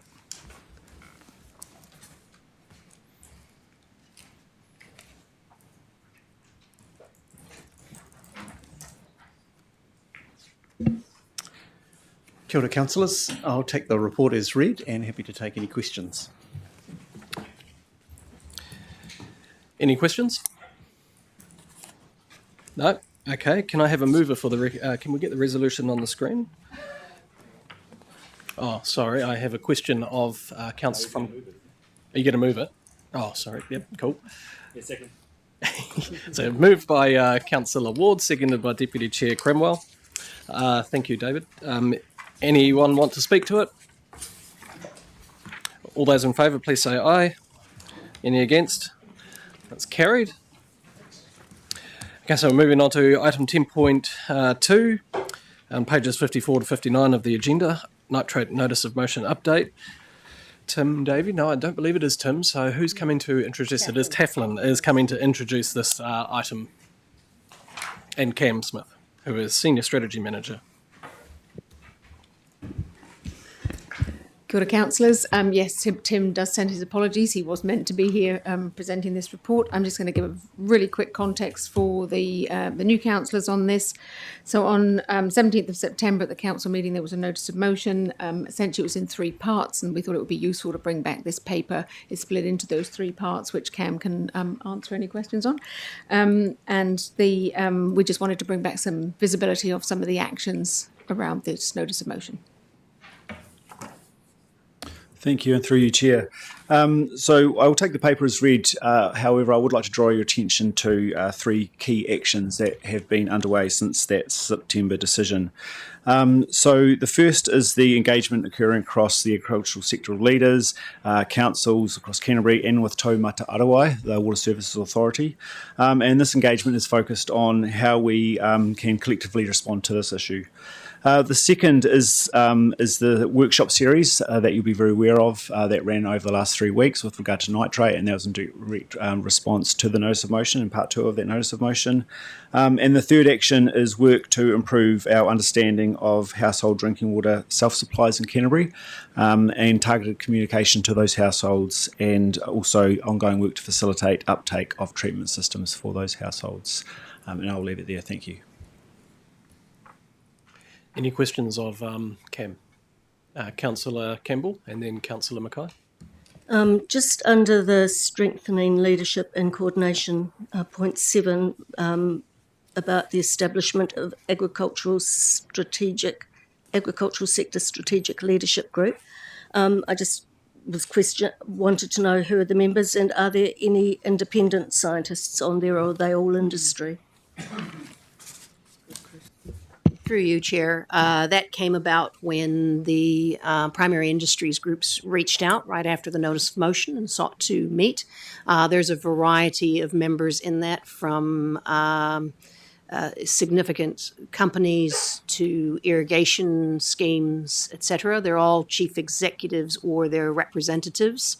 The science group includes us, and there are independents, but there are also those who are involved through their own organizations. And so the short answer is there's a mix of those, councillors. Councillor Megen McKay. Kia ora. So my question's around the communications or the campaign that's going out, so paragraphs 24 to 27. And my question is look, understanding the players involved here, so district councils responsible for water services, or their entities, and Taumata Arawai, the regulator for the water standards, and Whata Ora, and us responsible for source. So I want to know how, with all of that context of complexity of who does what and who's responsible for what, how do we have a joint up media campaign? How have you tackled it? Thank you. It's a very good question. So as the Chief Executive has said, we've got this strategic group and we've got a science group. We've also got a comms group. So we're starting to pull some people into that. There are 2 sort of parallel streams. One is around going to at-risk households and those who have private supplies, and that is to raise awareness about their need to test. And then what they can do about that. So that's one piece. And then the other piece that we're working through that comms group on is, what is the joined up story? What do we all agree on? Can we tell around what's been done, and then what is going to be done around the groundwater piece? So they're 2 slightly different, and we've got slightly different tactics for the 2 of them, but we are endeavouring to do a joined up campaign across both. Councillor Davis. Thanks. So when you say at-risk households, will that be pregnant women or women with newborn babies? Can we include that, please? And I have another question. You go ahead on that. I might hand to Cam a little bit on that in terms of identifying those households, but what we're doing at the moment is updating the risk maps, and then we're looking at where those private supplies are and overlaying them, and then that will give us a really good sense of where those medium and higher risk households are. We don't know who lives in those households, so it's very difficult for us to target that, but we can be specific around messaging from the health board. So we'll share their messaging, not our own, on that. And then the other question probably for Cam. So the cost of removing the nitrate, this reverse osmosis, apparently the more you have, the more expensive it is to remove. So if we keep the nitrate at a lower level, it'll be cheaper to remove it. Now this is for the big drinking supplies, but you're talking just household filters? Through you, Chair, correct. Our main focus is on households that are supplying their own drinking water rather than community supplies. Councillors will be aware that for community supplies, they fit within the regulatory regime and they have their own requirements to monitor, to test and to treat, etc. And so we have identified that there's a gap with regard to domestic households, and so that's where our initial focus is. Councillor Mackenzie? The question was partially answered, but I just wanted to reinforce in response to Councillor Davis's question about who you're going to identify as being a target of this campaign, that you will be relying on good science, not on hearsay or environmentalist attitudes. And I note that when you start identifying some of the at-risk areas, the Tynwald plume will be one of those areas, and in fact that nitrates for the Tynwald township is quite high. The Ashburton community had a project which should have actually been able to drop that nitrates by half by now if it hadn't been held up by this council in Ngāi Tahu and consenting appeals.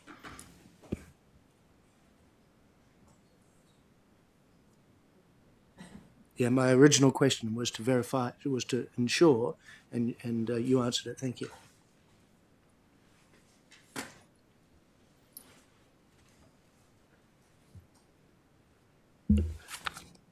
Did you want to?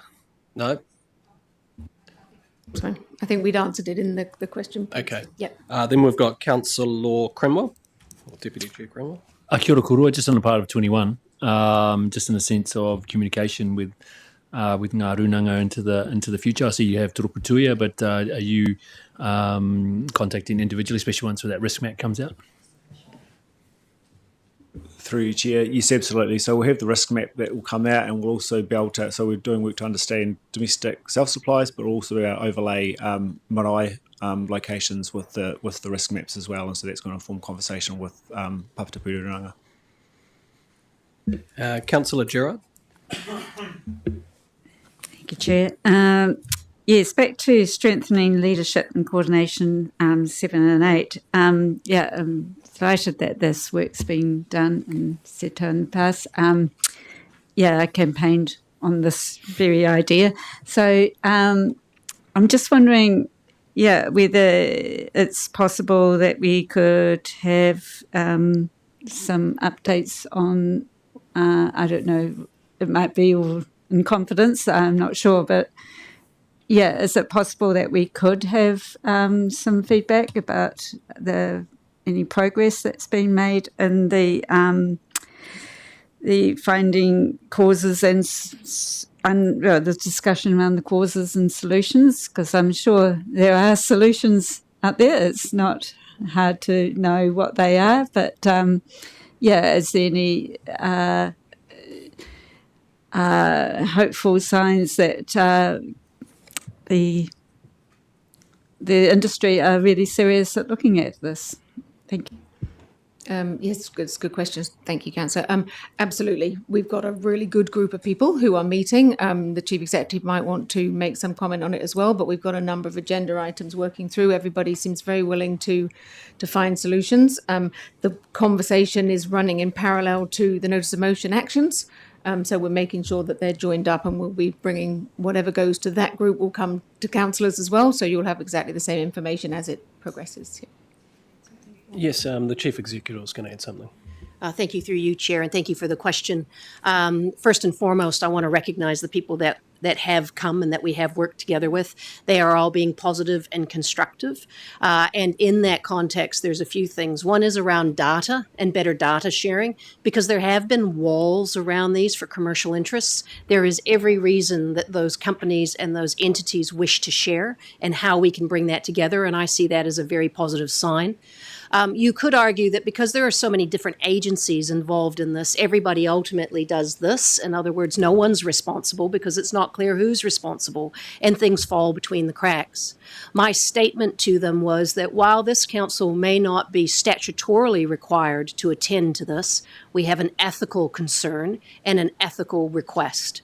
And in that context, they have all said we are engaged in this because this is also about our longevity and our willingness to be involved in this. So they wish to do that. They are being very proactive. And not only that, we have requested that they come before you. So I'm not their middle woman, that instead they speak to you directly and you ask them directly those questions. And that is certainly intended for 2026, Councillor. Great, Excellent. thank you. Councillor Robinson. Great, thanks for this. Just with regards to recreational facilities like school camps, campsites, and facilities that have their own supply, and some of it is actually a permitted activity to take the shallow groundwater. What about in those situations where, I mean, it is a gap, I know that. I'm just thinking about like Hamner Springs and their E. coli situation. How do we address the equivalent for nitrates that are high in the area for visiting people and the likes? Health, I know, marries in with what we do, but have we looked at that as well? Through you, Chair. And I don't want to talk to particular facilities, but there will be a responsibility on many of those facilities providing drinking water to test, to monitor, and to treat that water.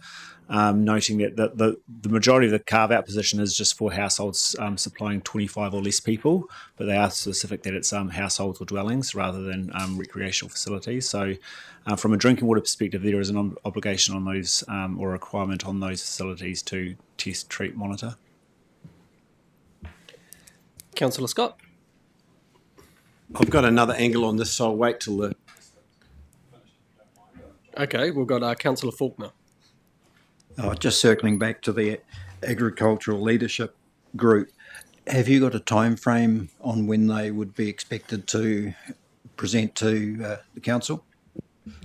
So we've booked in some tentative dates. I don't have those in front of me. I'm sorry, Teflon. Do you have any of that information? But I do know that we are working with them on that. Yep, so we are in fact meeting with them again next week, but we have said to them that early 2026, and we've started to look at how we can block some time out in the councillor's schedule.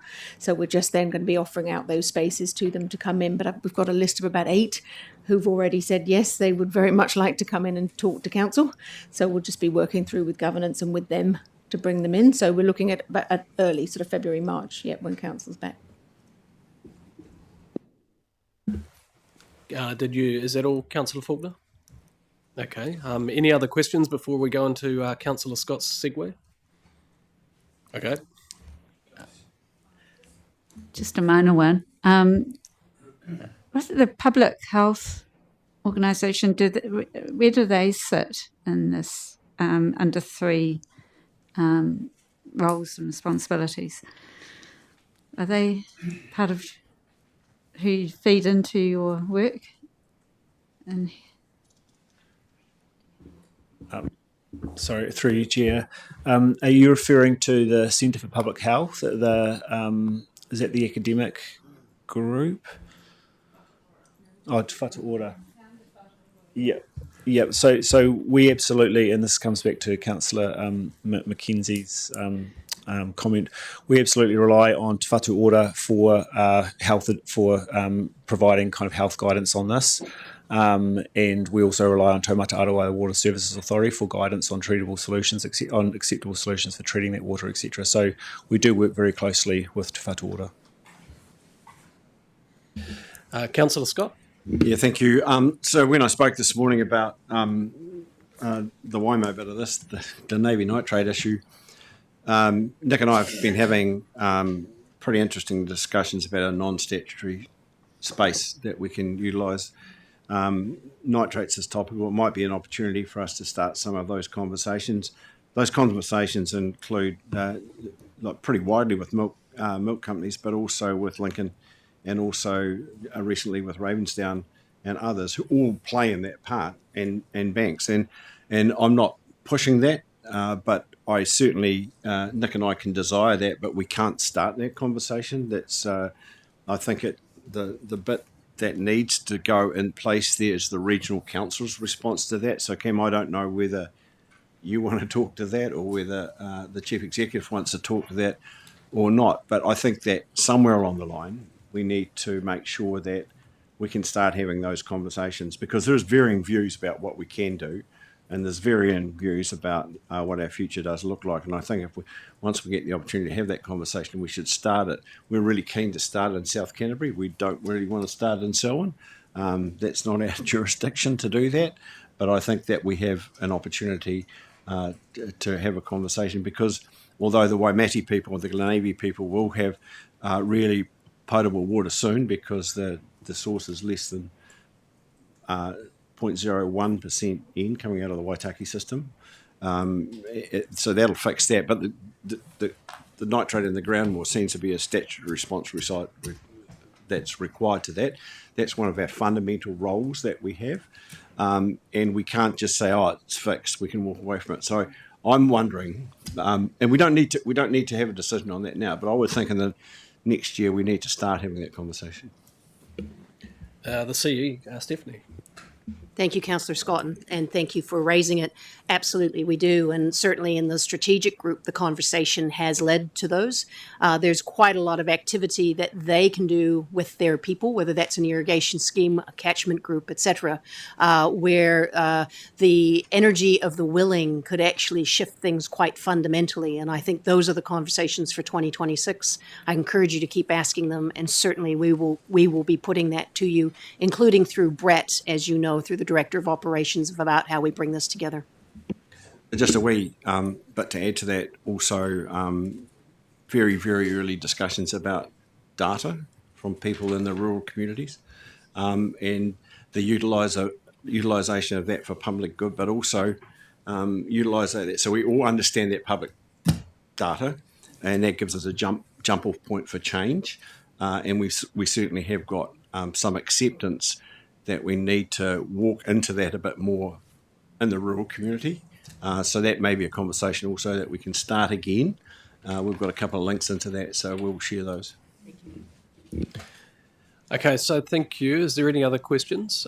Councillor Mackenzie? Well, I just actually want to make a point, but I could turn it into a question. That is that quite a lot of our the hotspots, the high nitrate areas, are legacy issues from way back. They're not to do with the more recent, in the last, dairy conversions in the last 10 or 15 years. It's actually to do with land use that goes back probably 30 or 40 years. And so the sort of suggestion, and Cam might like to think about this, and to make it a question, Cam, given that you come from Litchfield Street and not Toom Street anymore, you might consider, the points that Peter's made is, we can sort this. Well, we can sort it, but it's going to take time, because it took a very long time, and we haven't actually made a lot of progress in the last 40 years trying to deal with these hotspots, even though we've known they've always existed. But if you don't mind, I think that's the point. Excuse me. I think that's the point. I think the point that you're making is the right one. There are things here that have occurred in that period, but there are things that haven't. What was the question from Councillor Mackenzie? Is there an answer to that? Your staff got the question. They're contemplating the answer. Rightio. Well, we'll wrap that up. Thank you so much, staff, for doing that presentation and taking those questions. We'll get the resolution up on the screen. Can I please have a mover and a seconder? Councillor Robinson and Councillor Faulkner. Any discussion? All those in favour, please say aye. Any against? It's carried. Thank you. So we're moving on to item 10.3, report from the chair. This is my report. I'll just bring it into.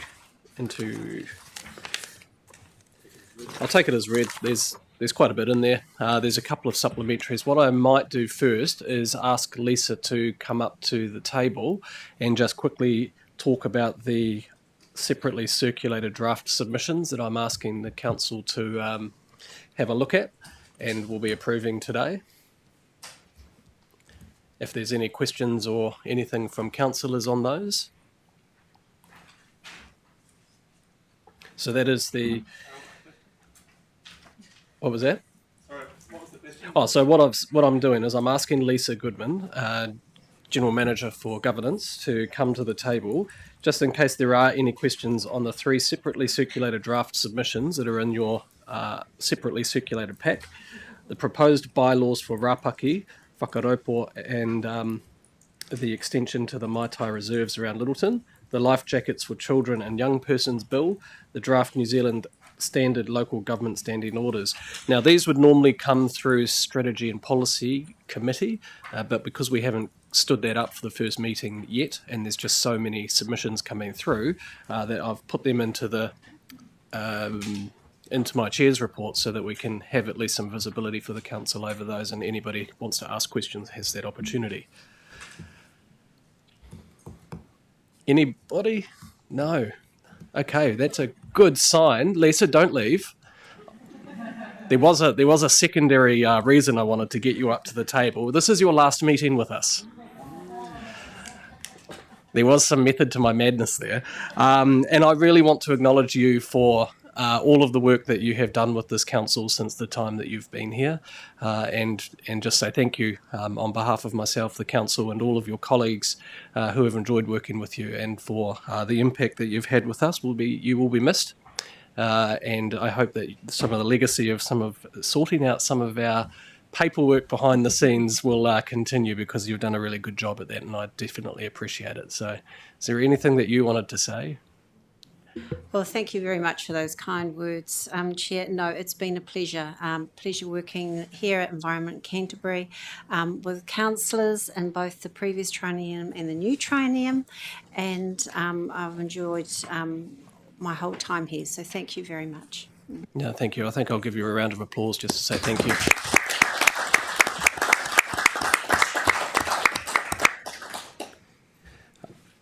I'll take everything else in my chair's report as read. There is a lot been going on. As you know, that I've been all over the place, and there's heaps of interviews from the media and heaps of submissions and other things that have happened.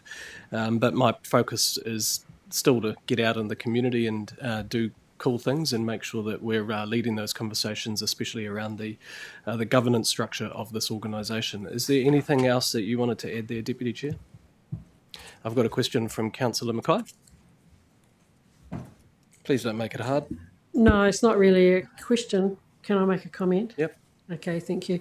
And I'm just trying to find it in the actual attendance of events. So Huranui District Council invited us to the community event that they hosted in Culverden on the end of November, and Chair Swiggs and Councillor Faulkner and myself attended. I had some really positive feedback, and I was asked to pass that comments on, or the appreciation on, particularly from Mayor Black and the Huranui District Council at my last Gov to the Gov. It was really, really appreciated that councillors, and particularly the chair, were visible. We didn't have a big part to play, but it was an opportunity to mix with a community that had been through quite a serious wind event, a lot of destruction. There was stress. There was definitely stress there, and rural trusts were in. And I know I did talk to somebody and connect up, and so I think it was very helpful for us to be there. So take up those opportunities. So thank you. No, thank you. And that invitation, if councillors have got events that's going on and they want me to pop over, come along. I'm always happy and open to do that. I think visibility is going to be critical in this next few months. Councillor McKay? Yeah, so I just have one question. It's on the local leadership groups. And I see that there's already been a number of hui, and yesterday I did email staff and say, look, could I know of those meetings? Because some of them, like Waitaki Waihole, touches on areas that I need to engage with Runanga, so it's really helpful for me to know when those meetings are and have the opportunity to attend. And that's great, that's in train. So, but it made me reflect that when, with the river rating groups, we ended up getting emailed a list of all of the meeting times so that everybody could attend if they were available. And I just wanted to suggest that perhaps, could we do that? Or is it only meant to be the councillors that have been appointed to the groups that attend? So they're not meetings just yet. So the local leadership groups have really just been the three partners at this point in time, our council, the Territorial Council and the Mana Whenua partners, just to get the shape of how they may work, boundaries, makeup of the groups themselves. The establishment will happen in the new year, and so we'll definitely make sure that there's a bit more involvement from that point of view as they get established, and we'll take that away. I'd just like to have the opportunity, if Mana Whenua are going to be involved, it would be quite helpful if I'm representing their interests to be included as well. Yep, no, happy to take that away. Councillor Mackenzie? Well, just to answer Councillor McKay's questions around the river liaison groups, they're open to any of the councillors. Yeah. Councillor Moody? Thank you. Yeah, just a comment and request, I guess. Great that you're getting to lots of events as the chair, and as Megen said, sharing that sentiment of wanting to be involved in those events. We're not going to be a strong regional council if we all stick to our patch, and I just go to Citibank staff, and the rural folks just go to their patch. I'm really open to going and learning from rural environments. That's what I said very clearly I'd come to work on and with and understand, and that helps to break down silos. So, yep, the invitation's there.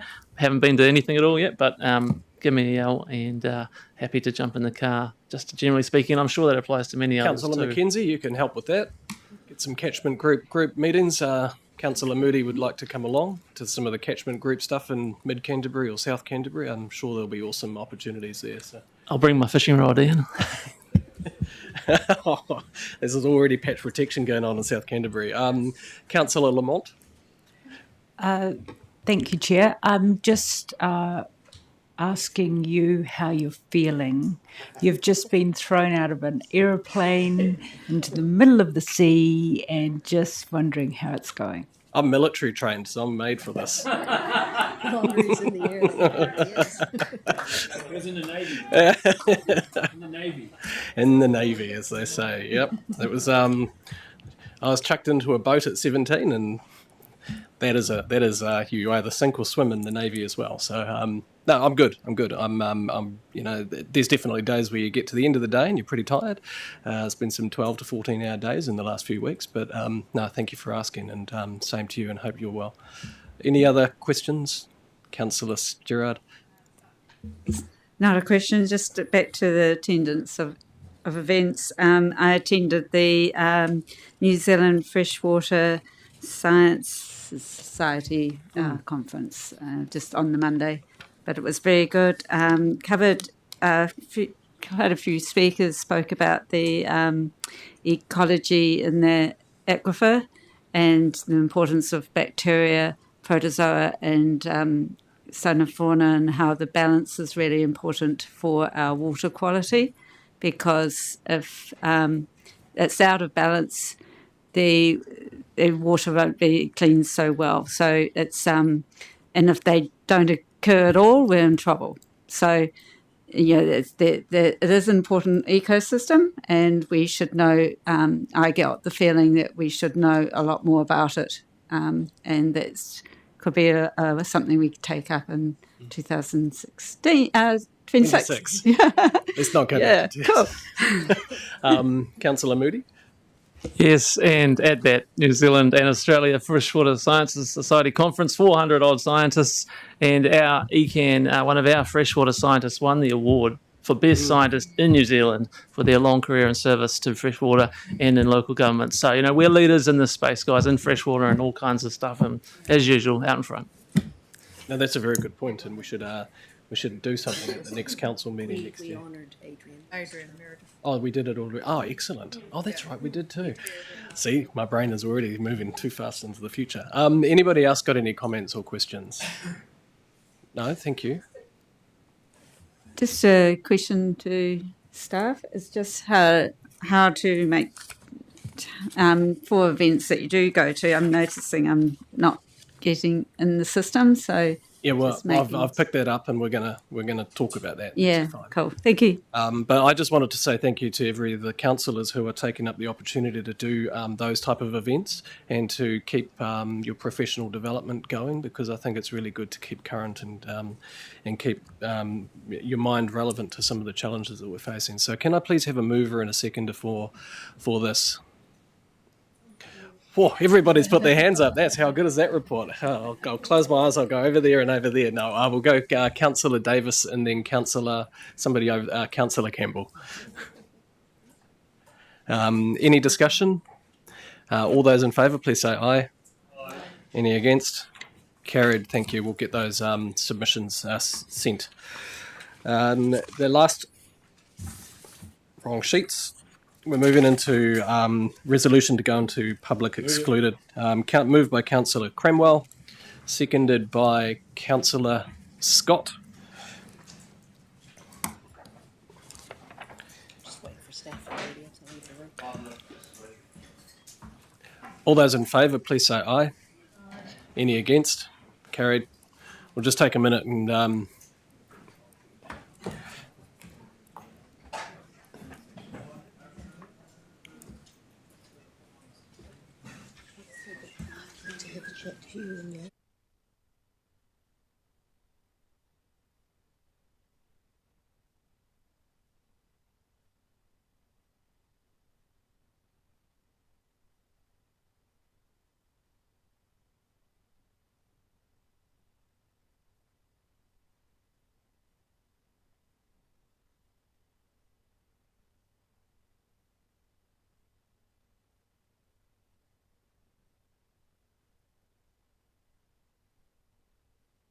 enough.